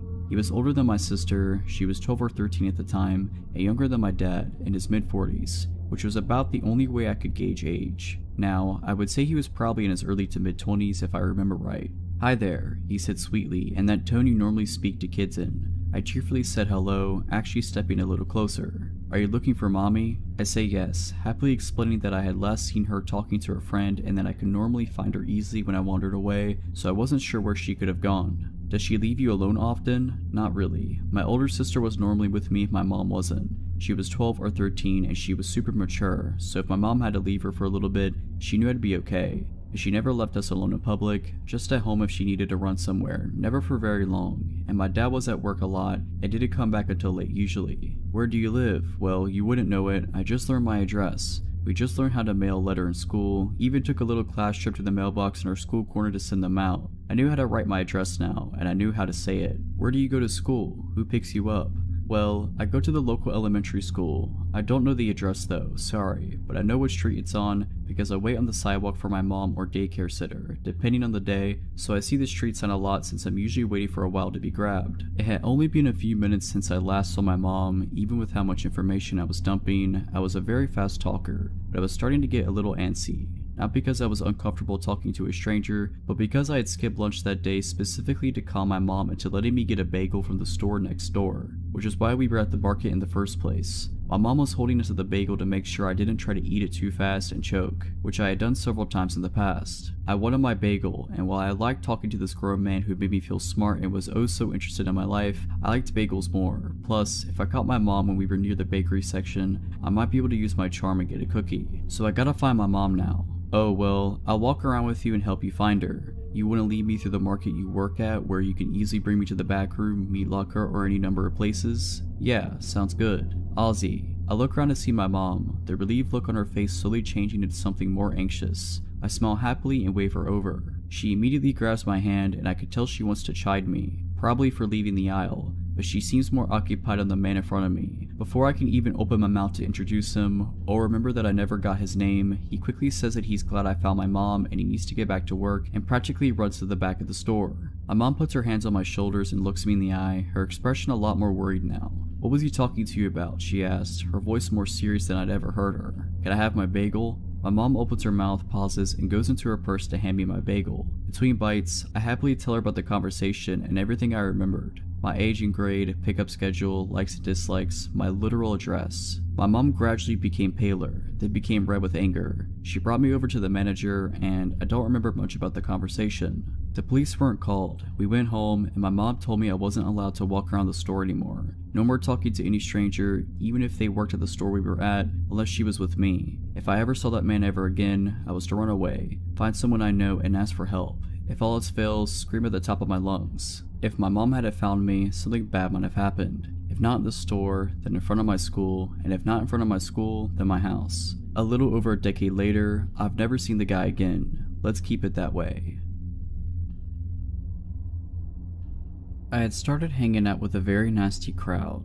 They loved to party, never had their own cash, destructive, impulsive, you get the drill. An ex-friend of mine, we'll call him Bob, started hanging out with me quite a bit more and more as the weeks passed by. Bob worked as a pizza delivery driver. He never washed his clothes, to which he owned maybe 3 outfits, including his work uniform and only women's clothes. The women's clothes he wore to be punky. I saw no shame in that. Even thought it was kinda cool how he didn't care what others thought about it. But that also means he liked my clothes, so like a little sister might do, he constantly took my clothes. Keep in mind, he also barely showered. Often, he even woke up before 5 p.m. in time for work. He jumped off my couch, took a pack of my cigarettes without asking, and sped off. Within the 4-month period he stayed in my home, I literally saw him go to take a shower about 5 times. Long after the situation was dealt with and he was gone, I left that home with a stench. He paid nothing, not a single bill, never contributed to groceries, cleaning, nothing, nor was he on my lease. Yet, he established residency in my home legally.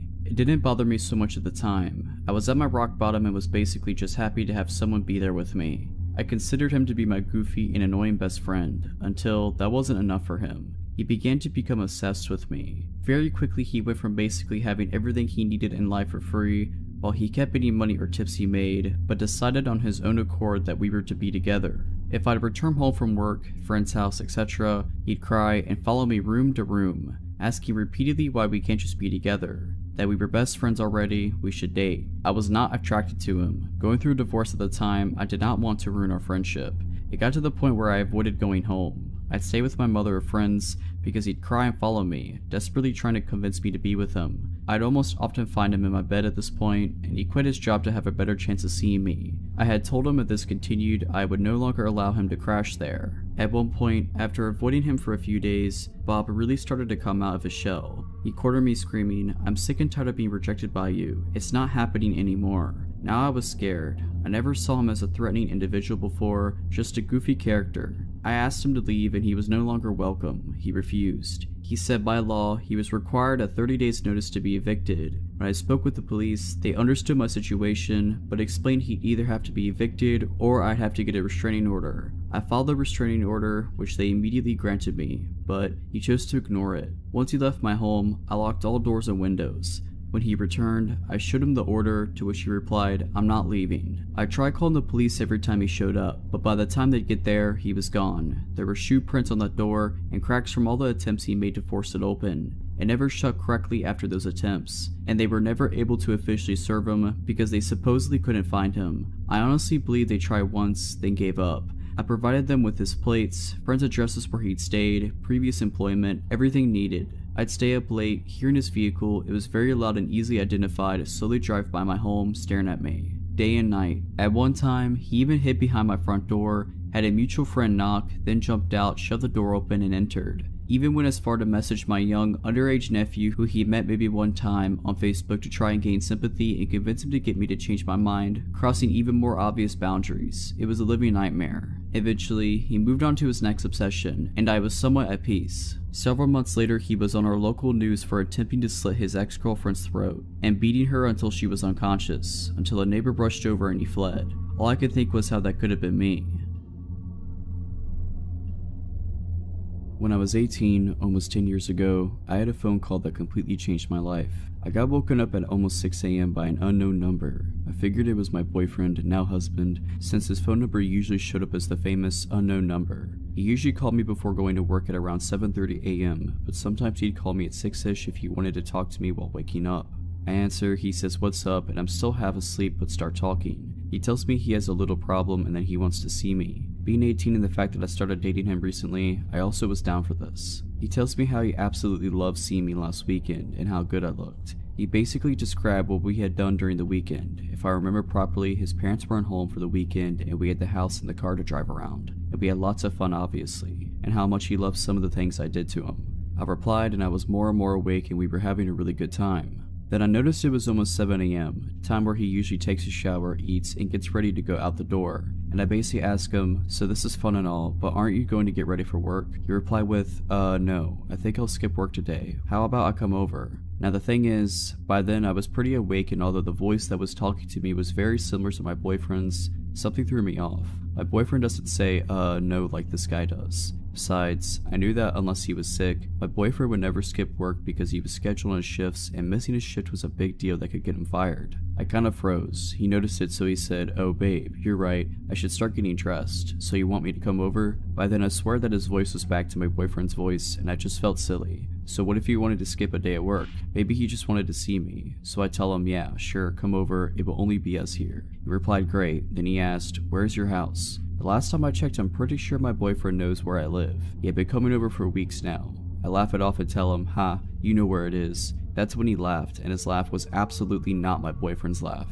I instantly ask him, you're not my boyfriend's name, are you? He said, can you just hang on please? I need to go grab something. Meanwhile, I get a text from my boyfriend. I figured that maybe this is just a sick joke. Maybe he coordinated it perfectly. Maybe he's sick and his voice doesn't sound the same. The text from my boyfriend said, at the subway, going to work now, love you. I texted him saying, why are you texting me? We are talking right now. At which point my actual boyfriend called. He was very confused at first and figured someone had hacked into his MSN. When I told him it was by phone, he reassured me that he absolutely did not call me and that whoever it was not him. He had to go as the subway train was there, but that he will call as soon as he was at work. Then, the other guy called back, I picked up and I asked him, who are you? What do you want? I pretty much went crazy on him. He said that his name was Mike, that we had met a long time ago, which was impossible because my phone number was fairly recent, and that he just wanted to have fun, that he didn't know I had a boyfriend. I asked him how did he know that I was wearing and what did we do and how he got my phone number. He just said, where are you? Why don't we meet? At which point I hung up. He called again, I didn't answer. Within minutes, I had called my mom to tell her what happened.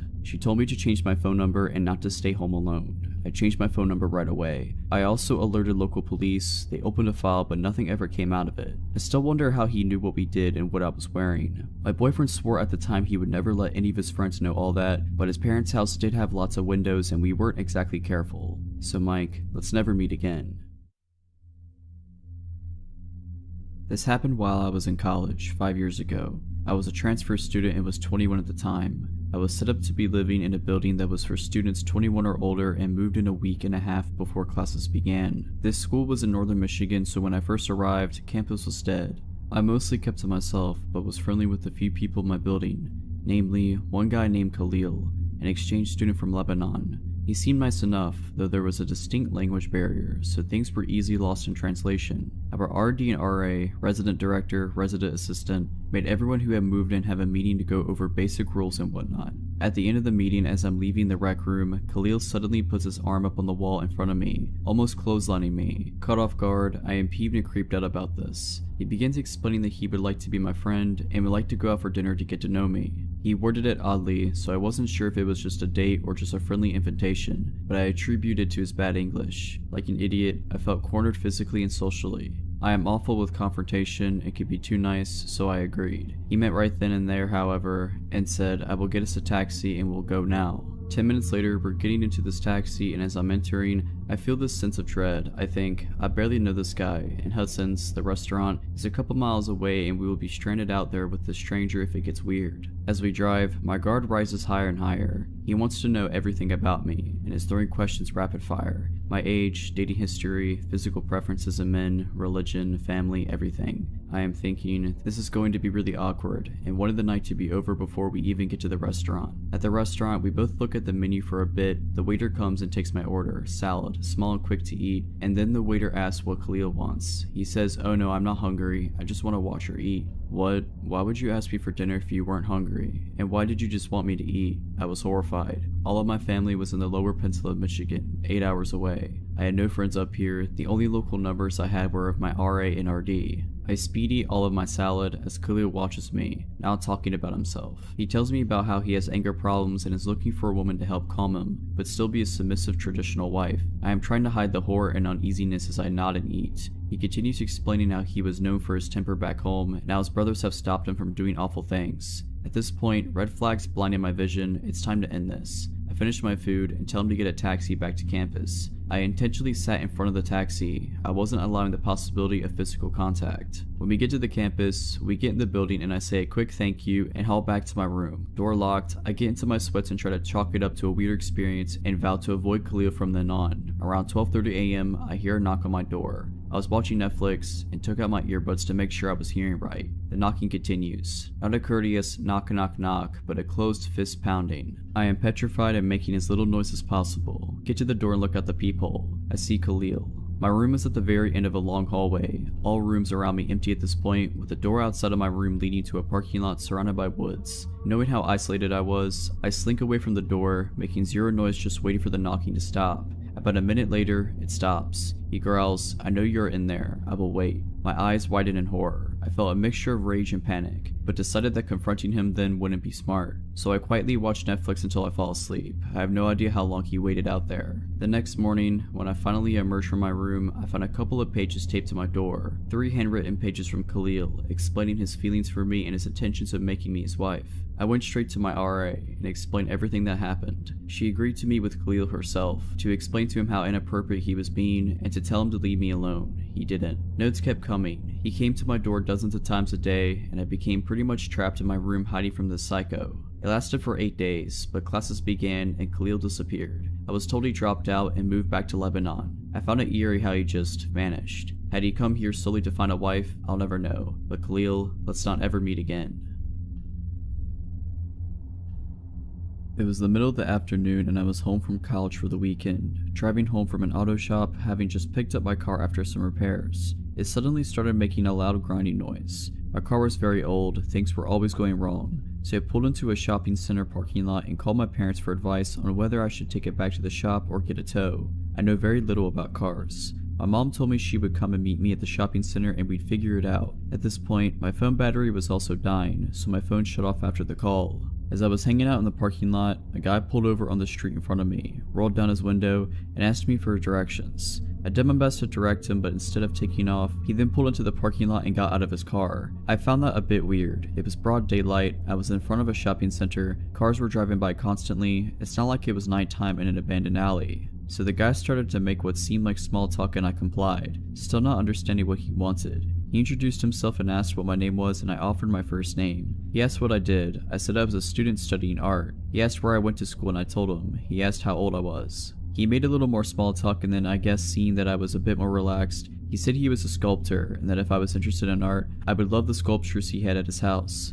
He said we would go there right now and look at them. Immediately that dull alarm in the back of my head got turned way up. I was young and naive, but I knew enough to never ever get in a stranger's car and immediately felt very uncomfortable. Though he knew how old I was, I looked extremely young. I started to put 2 and 2 together. He was getting increasingly more insistent that I get in his car and go to his house. He reached for my arm and at that point everything is a blur. I yelled that I had to go and ran from my car into the nearest store. It was a tiny game store so there weren't really anywhere to hide, but I told the cashier about the guy and asked if I could wait in there until my mom showed up.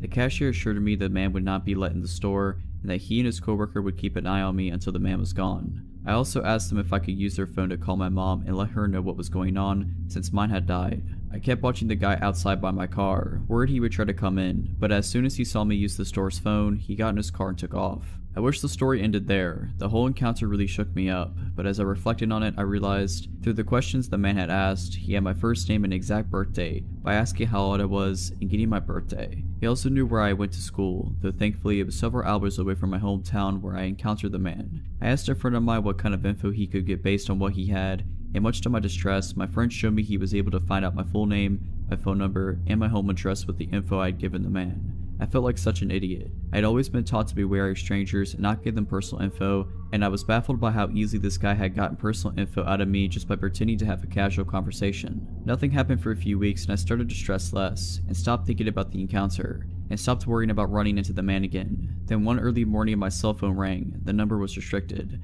I answered. There was heavy breathing on the phone, but no reply. I hung up. It happened again the next morning. This time a man answered, asking, "What are you doing right now?" I said I was trying to sleep. "What are you wearing?" I immediately hung up.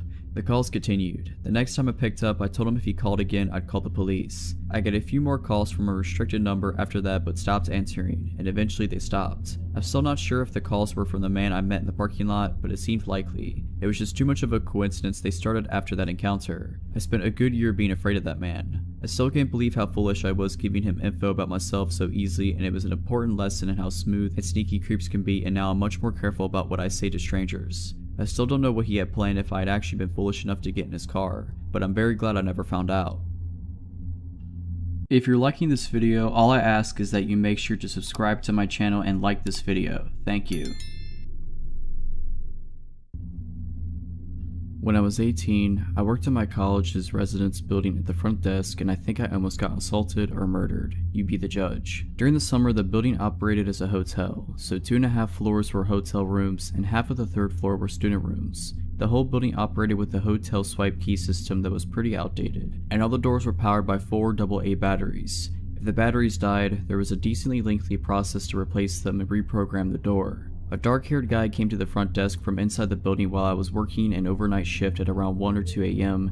and said he left his key card in his room. I made him a new one and made my first error of the night. Hotel guests could have as many room keys remade as they wanted, hypothetically. Students, however, were supposed to be given a temporary key card and charged $2 to be returned when theirs is located. I gave him a new key for his room and asked if he was a student or hotel guest, and he replied student. At this point, I should have checked our system to charge his account, but I was caught up doing administrative duties and forgot. I used to trust people way too easily at this job, but quickly learned not. Later on the night, maybe around 3 or 4 a.m., he came to the desk again and said he couldn't get into his room. I asked if he just forgot his key again, and he said no. The door wasn't working. I asked if the light was coming on when he swiped his card, and he said no, so I figured the batteries were dead. I told him I had changed the batteries, and I went up to his room with him. He asked me for my name, and I told him. He didn't tell me his. I opened the room door manually with the master key, and I told him I'd have to prop it open while I worked on the back panel to replace the batteries. He said, "No, it's okay, I'll close it," and closed and deadbolted the door locked. Really weird, but I tried not to think about it.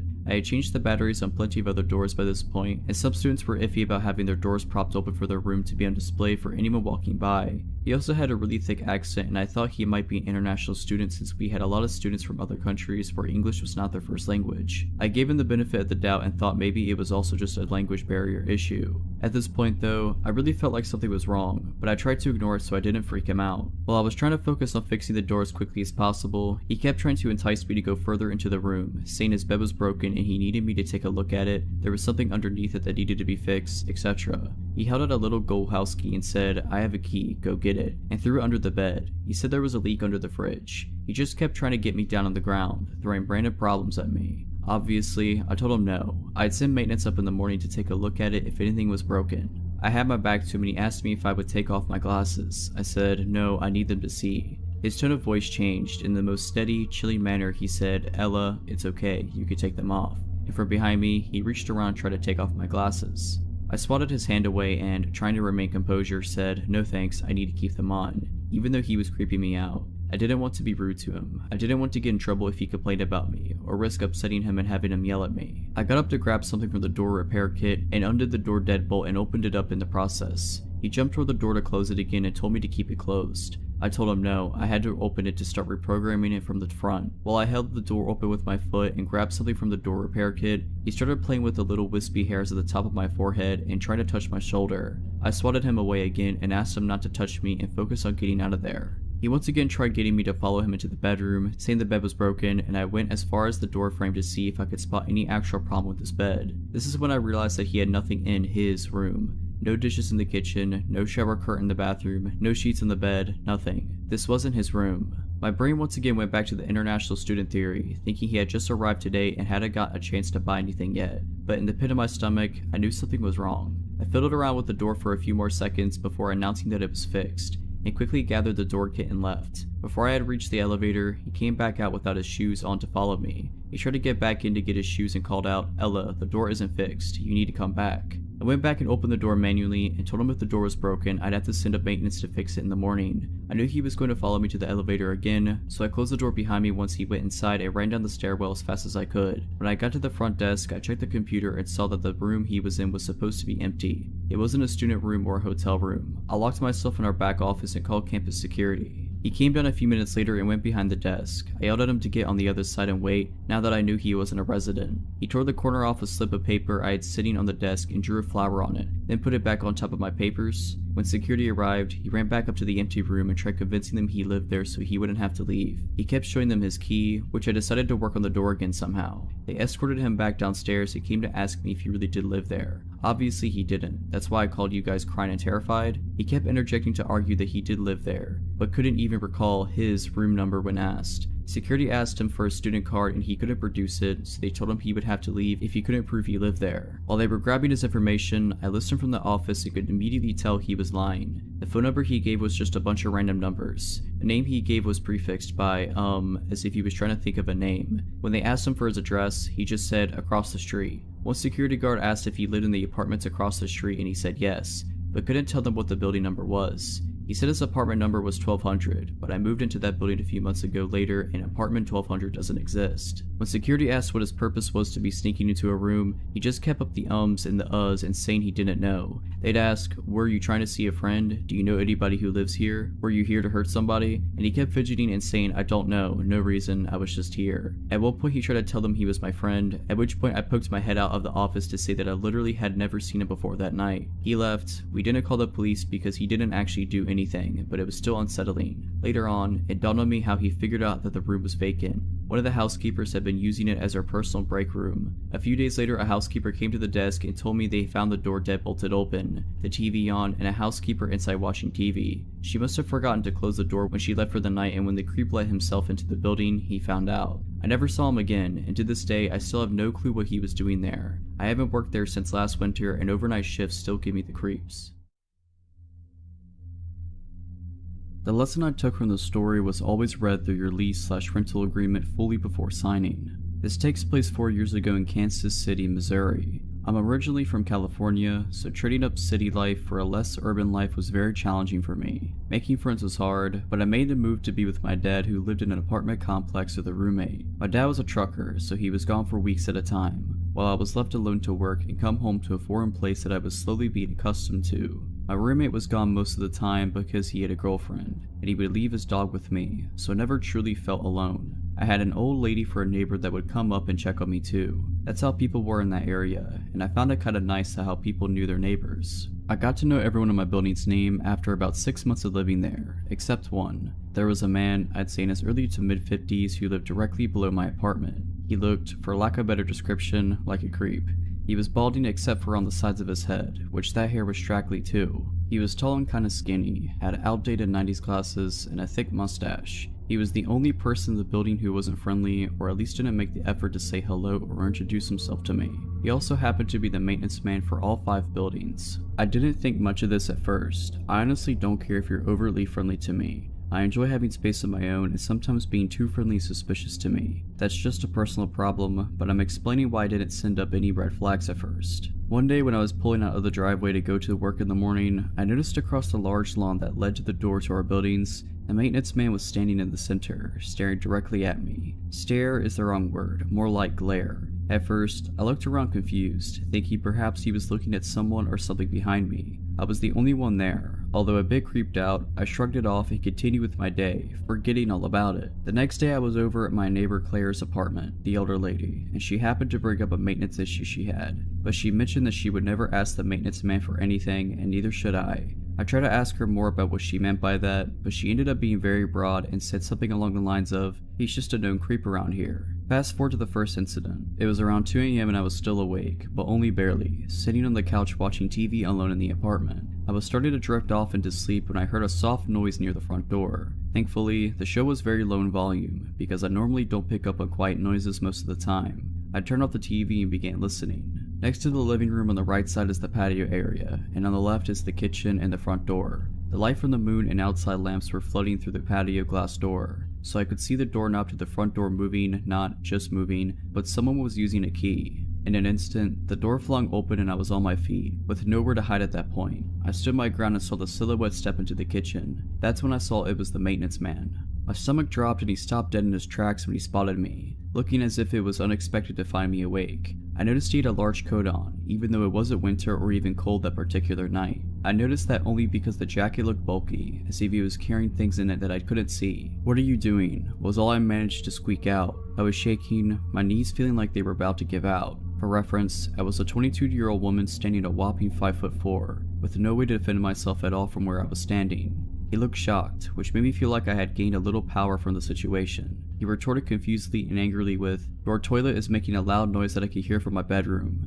I was angry and terrified, and only reacted with more anger when I saw him scrambling for excuses. "So you just let yourself into my apartment at 2 in the morning? I'm reporting this to management first thing in the morning." He stepped closer to me then. I backed up a few steps but still stood my ground, quickly turning on the light closest to me so he could see my fury. "The toilet is rumbling. I need to check it, now." Now I was trembling so hard I could barely stand. I had adrenaline and anger and fear all coursing heavily through my body. "Get out." He started to take the liberty to look around the kitchen where he was standing. My head immediately thought, what if he goes for a knife? And that's when he said it. "I can come in whenever I want." The sentence makes me shiver to this day. I didn't know what to do, and felt the power over the situation quickly dwindling down to a bad feeling that something bad was about to happen. "If you don't get out of my apartment now, I'm gonna start screaming as loud as I can." My voice was crackling and shaky, which made my heart drop into my stomach. I immediately felt like I was gonna be sick when he took yet another step forward towards me. "Check the lease. I could come in whenever I want. I'll see you later." He winked at me, creating a wave of nausea, and I felt faint. He slowly turned around and walked out, closing the door behind him and even going far enough as to lock it from the outside with his extra key. The next day, I contacted management as soon as their office opened.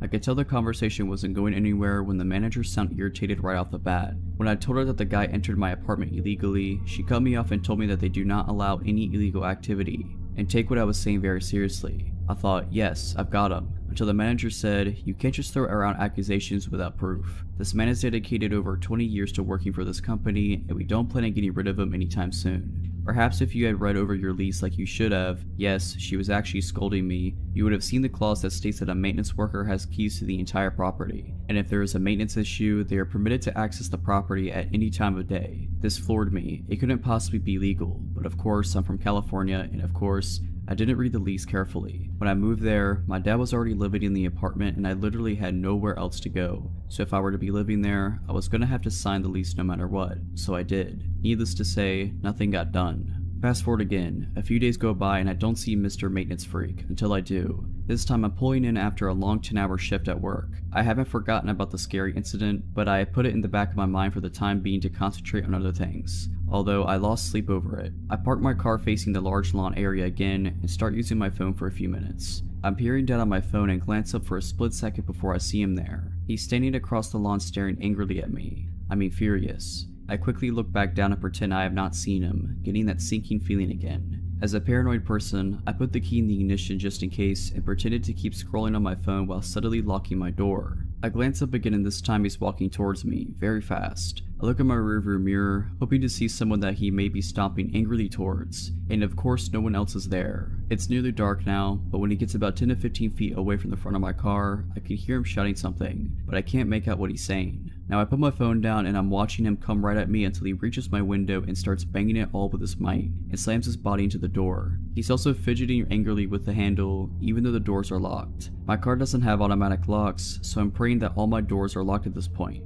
My hands are shaking so bad that I'm having trouble starting the car. When I finally do, I realize what he's saying, which was a repeated cycle of the following phrases. "I'm going to get you. I told you I can come in whenever I want. You really want to take me on? I'll kill you." I peeled out of there so fast, not even knowing where to go. I drove to the next county over, found a motel, and stayed the night there. The next day, I took work off and went straight to the management's office. I told them exactly what happened, and no matter what I said, they didn't believe me. This maintenance man was apparently a gift to mankind or something. He was a monument to the company, and they appreciated his 20 years of service and dedication to them over him risking someone's life with threats. Long story short, I lost it. I called her psychotic and ended up getting evicted. I reported all this to the police, but between the lack of evidence I had and his perfect record / shining references from his employers that seemed to love him, the police said that there was nothing they could do to move forward at that point. My dad and I ended up finding a nice home about 10 minutes away from that place. I ended up inviting Claire, my older neighbor, to the new house a few months later. She told me there was a single woman in the apartment before the roommate, and my dad had moved in there that also left in a hurry after something happened with the maintenance man taking photos of her walking to and from her apartment to her car. When she confronted him about it, he told her, "I can do whatever I want." I guess in Kansas City, maintenance workers are considered gifts to mankind.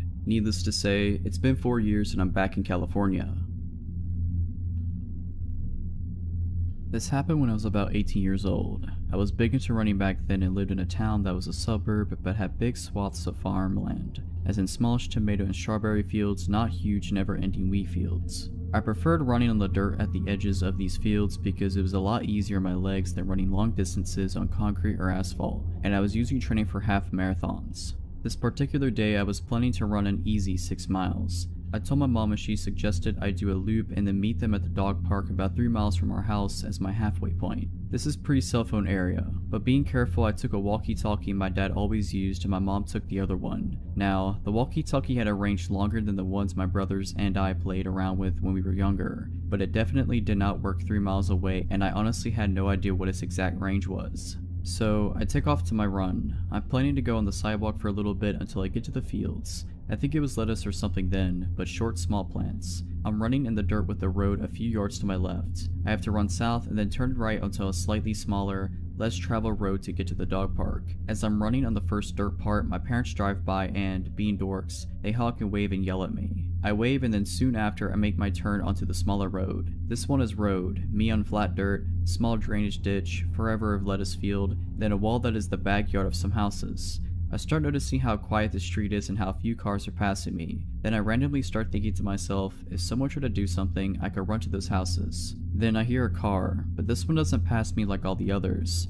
I hear it slow down so that it is behind me, just out of my peripheral vision. My senses go super alert and I immediately realize what an idiot I was to pick this route because I'm stuck out here with no one to help me and nowhere to hide. The car starts speeding up enough so that it's next to me and I glance over and see a man. Middle-aged, white, dark hair, totally normal looking, but I get a chill down my spine immediately. He sort of leans over into the passenger seat and says in a super sweet voice, "Hi, where are you going? Do you need a ride?" I am scared and realize that this is not good. Immediately, nothing has happened yet and he could be totally innocent just wanting to chat, but my intuition is in overdrive telling me I'm not safe. I hop over the ditch thinking at least that will make it harder for his car to follow me if I need to take off across the field to try and make it to those houses in the distance. Well, this pisses him off.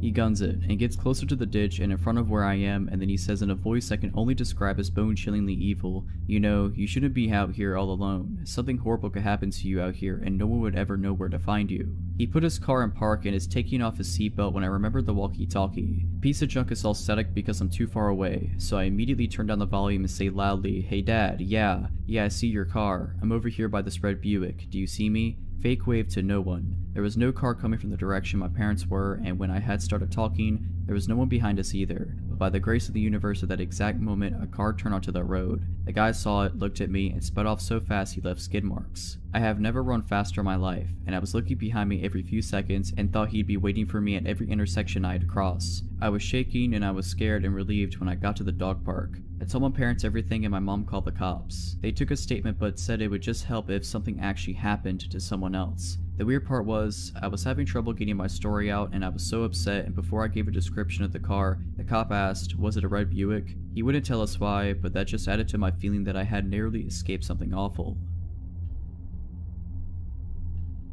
This was back in 2013 when I was living in New York City as a 23-year-old. I was living with my best friend from college on the west side near Times Square in K-Town. I was going through some tough times back then as I was unemployed at the time. I had a lot of time, so I would go on walks by myself to clear my head time to time. One night, I was feeling exceptionally depressed, so I decided to walk to K-Town to grab a drink by myself.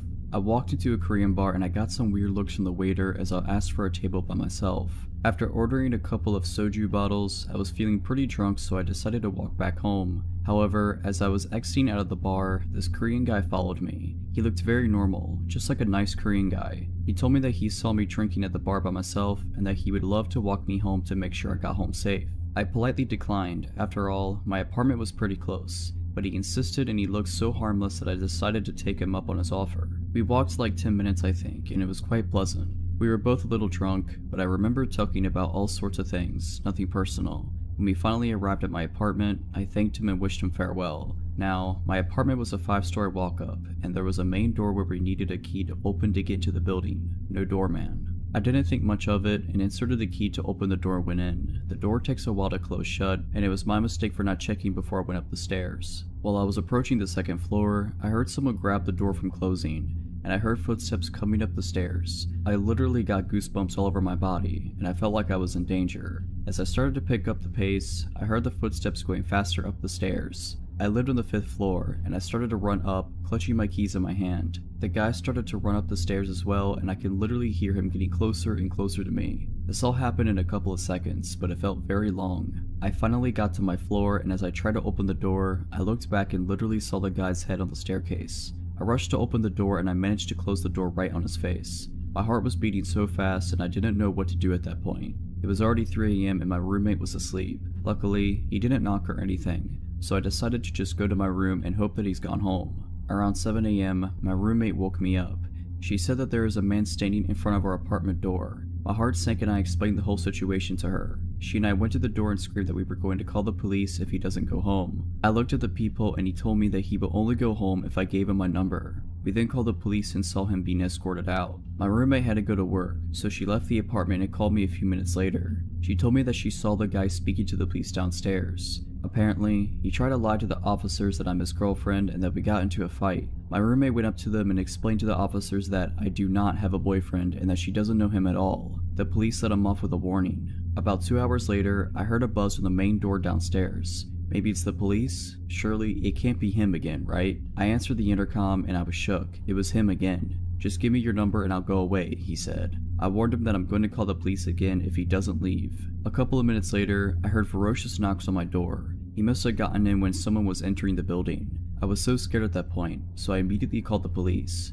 Unfortunately, the guy ran away before the police got there. The worst part about this experience was that my roommate and I were so scared to leave and come back to our apartment. I would have anxiety every time I come home, worried that I might see him in front of our apartment door. For about a week, the police escorted us when we felt scared. Bless them. I never saw him again, but it was one of the scariest moments of my life. So creepy stalker dude, let's not meet. I live with my girlfriend as expats in a pretty foreigner-friendly Asian country. Most of the time we get by just fine despite only knowing a little bit of the language, because most people we interact with on a day-to-day basis speak fluent English. We started out in a tiny apartment which we quickly outgrew. We found a gorgeous condo with nice amenities and decided to move in. This condo is owned and managed by a local owner rather than by an association or company. The building is a little bit older, which means that instead of key card access to our door, it came with a traditional key lock inside and bar latch, which is nice because it's more durable than a chain. Of note, our original building also had key card access to our floor, meaning that we could only ever access our own floor. Even the emergency exit stairwells did not allow entry to floors other than our own. This new place did not include this measure, and I routinely enjoyed a walk up the 15 flights of stairs to the room as a bit of a warm-up before going swimming. The quaint feeling of all of this changed about 2 months after we moved in. We were both starting new jobs and dragged our feet on some of the final touches of moving into a place. That is the last time we ever do that. My girlfriend nudged me awake at about 3 in the morning. I wake up extra groggy and unsure of my surroundings, but I snapped to full attention when she whispered with wide eyes, "Someone is trying to open the door." Now, the condo is 100 square meters, and the main door and the bedroom are at opposite ends. The bedroom itself has a rather sturdy door that was closed, and the aircon runs at night, so this had to have been some sort of commotion for her to wake up. I sprung out of bed and made it to the door in seconds. There was some guy outside our door, studying very intently at our lock. He was about my height, though probably 15 kilos heavier, and he was not a foreigner like us. "Wrong room," I had to yell, because the door is pretty thick. There was a pause and then a thud, then a smaller tock tock tock as he was knocking. From experience, I know that it's hard to hear through the door, and if English was not his first language, then understanding me through the door was going to be a real challenge anyway. Looking through the people as he kept up steady knocking, I noticed he swayed back and forth slightly, so I figured he maybe had a couple drinks and had the wrong room. I turned to my girlfriend and told her so, and that I was going to open just the key lock but not the bar latch and tell him he had the wrong room. She didn't love the idea, but what was a good alternative? I took a deep breath and undid the key lock. My hand shook as I turned the handle, and one hand braced against the door while the other opened it slightly. He must have been leaning close because I saw his face right at the opening, and I could smell beer on his breath. "You've got the wrong," was what I got out before he pushed against the door as hard as he could. The bar latch held, but it was enough that my girlfriend threw herself against the door, and with our combined force we shut it again. "No," I yelled, "go away, wrong room." Then he muttered something that sent chills through me. The door muddled the noise, having just woken up played tricks on my ears, and the language barrier filled in the gaps. But I could swear I heard him laugh a little and say, "Stupid boy." I froze. My girlfriend turned the key lock as he slammed his body into the door once, twice, 3 times, I lost count. Every time I pressed against it harder, but I could still swear the 4 screws that held the bar latch in place wiggled slightly. The thuds returned, and looking through the peephole, I could see that he was punching the door. His stoic face looked patient and annoyed as he swung his arm back over and over each time it hit my girlfriend, and I could feel the vibration through our entire bodies. After what felt like an eternity, the pounding stopped and I looked through the peephole. He wasn't there any longer. I listened closely and I could hear the long ding of the elevator down the hall. He might be leaving. My girlfriend had both our phones, texting the condo owner on hers and shoving mine at me. She was calling the owner, but at 3 AM there was no answer. Frantic text of "someone is trying to break in" spammed the other end when no one was picking up. She messaged friends of ours who live in the next building, but we both knew it'd be hours before anyone responded to us. We calmed down a bit and agreed that we were going to be up for the rest of the night, but that we'd settle up with the condo owner in the morning and report it to the building management. There were security cameras in the hallways, so they'd be able to follow up. Then I heard the elevator ding again. I was shaking as I returned to the peephole and watched as the chunky man returned. He was hanging up a mobile phone, and he retrieved something from his pocket, a knife, a multi-tool, and that's when I said, "He's back," and I grabbed the biggest kitchen knife within reach and reached to brace the door. My girlfriend was almost in a full-blown panic as she grabbed the cast iron skillet. That's when I realized for the first time that there was a chance that someone was going to die. The door handle was wiggling as he started to poke at the lock with whatever was in his pocket. If he opened one lock, the only thing between him and us would be 4 tiny screws on the bar latch. And if he got in this condo, we were going to defend ourselves as best as we could. And that's where I realized we were foreigners, and dealing with manslaughter charges in a foreign court system would be an absolute nightmare. Or if we severely injured him and he was able to communicate his story, his way to the police, while we struggled with an interpreter. And of course, this is all assuming that we would be the ones to overpower and subdue him. All this is running through my head as I called the equivalent of 911 and shouted English into the phone until someone spoke English. My brain wouldn't quiet down enough for me to be polite. I finally got an operator that spoke English, and I explained someone was trying to break into our condo, that he had left and returned, and gave him the address. He sent a car and asked for an ETA, and he couldn't give me one. He wandered off again, but my spider sense was in full alert mode. It wasn't until half an hour later when several people wearing police uniforms and building management jumpsuits knocked on the door that I calmed down even a little. Still, I wasn't sure what to expect. One of the groups spoke English while the rest stood back. I explained everything in detail and pointed at the camera in our hallway, saying I wanted whoever it was found. One of the cops pointed at the nearby knife and raised an eyebrow, and I just confidently said, "Yeah, I would have if I needed to." After assurances and apologies and promises of follow-up, we received what we should have collected weeks ago: direct phone numbers to our building security room where cameras are monitored, as well as the local police station and the personal mobile number of our building security director. The sun was coming up and our condo owner called my girlfriend to comprehend what was going on. She promised us that she'd sent locksmiths there that day to install another deadbolt as well as a second bar lock if it helped us feel safe. The follow-up of everything was that the guy was indeed someone who got drunk and mistook the room. It was on the wrong floor. His wife had to come collect him more than once, and he would be fined for the cost of installing the extra locks. So while it is a bit comforting to know that he's a random drunk instead of a burglar, I still explained to building management that I have no desire for an apology from him. I don't care if he feels bad. Police reports here can be messy and locals can hold severe grudges that I did not want to deal with. I will only keep from a full police report if I literally never see or hear from him again. So just as some background, I am male and currently 25 and still living within 15 miles of my old house. This happened when I was about 8 or 9, making my sister at the time 5 or 6. We lived in a quiet neighborhood that, once I grew up, I found out was actually a lower income part of town. However, we had some wonderful neighbors, and it was thanks to these neighbors that a lot of potentially negative situations were avoided.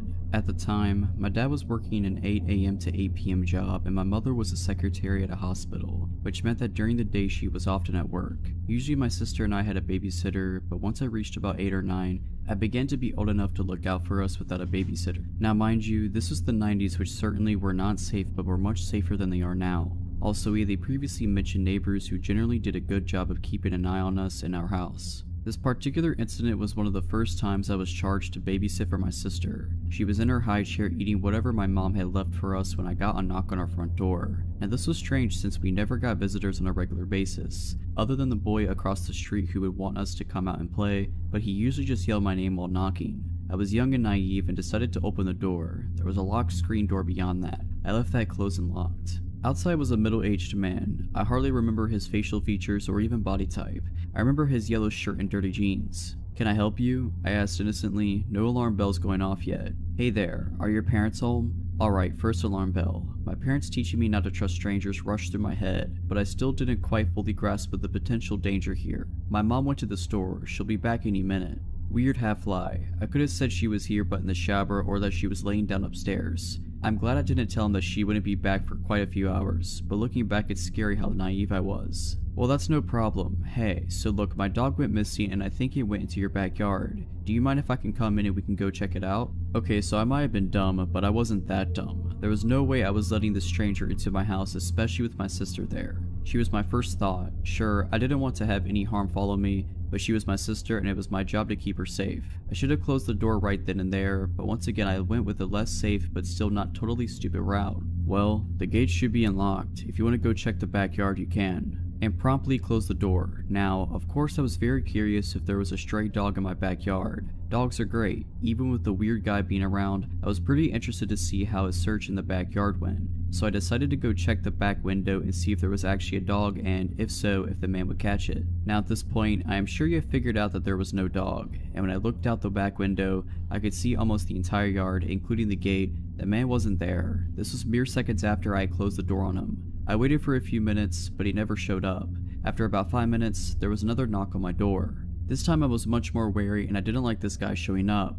I was pretty tired of the whole ordeal, but I still hadn't fully grasped the situation. I kept the chain lock on the door and cracked it open. "Did you find your dog?" Again, I can't remember his facial features, so I can't really recall his expression, but I remember his tone was a bit desperate as well as annoyed. "No, I looked all over the yard and I couldn't find him. I have a picture in my car if you want to take it just in case you see him." Nope, no more. I still didn't understand abduction, but I certainly was not going to go anywhere outside of the house with a stranger. I told him that he can leave a picture in the mailbox and we will keep an eye out. Once again promptly closing the door. What followed is what really creeps me out to this day. Looking back, I was freaked out that I had to come that close to exposing my sister and myself to danger, but this really scared me. Suddenly there was more knocking on my door. Not the screen door separating the door itself. Like I mentioned previously, the screen door was locked and unless that was open, it was impossible to knock on the door itself. It freaked me out and I took my sister to my bedroom and crept back out to the kitchen where I could see out onto the front yard and saw the man quickly getting back into his car while my saint of a next door neighbor Joan stood on our front lawn smoking and watching him intently.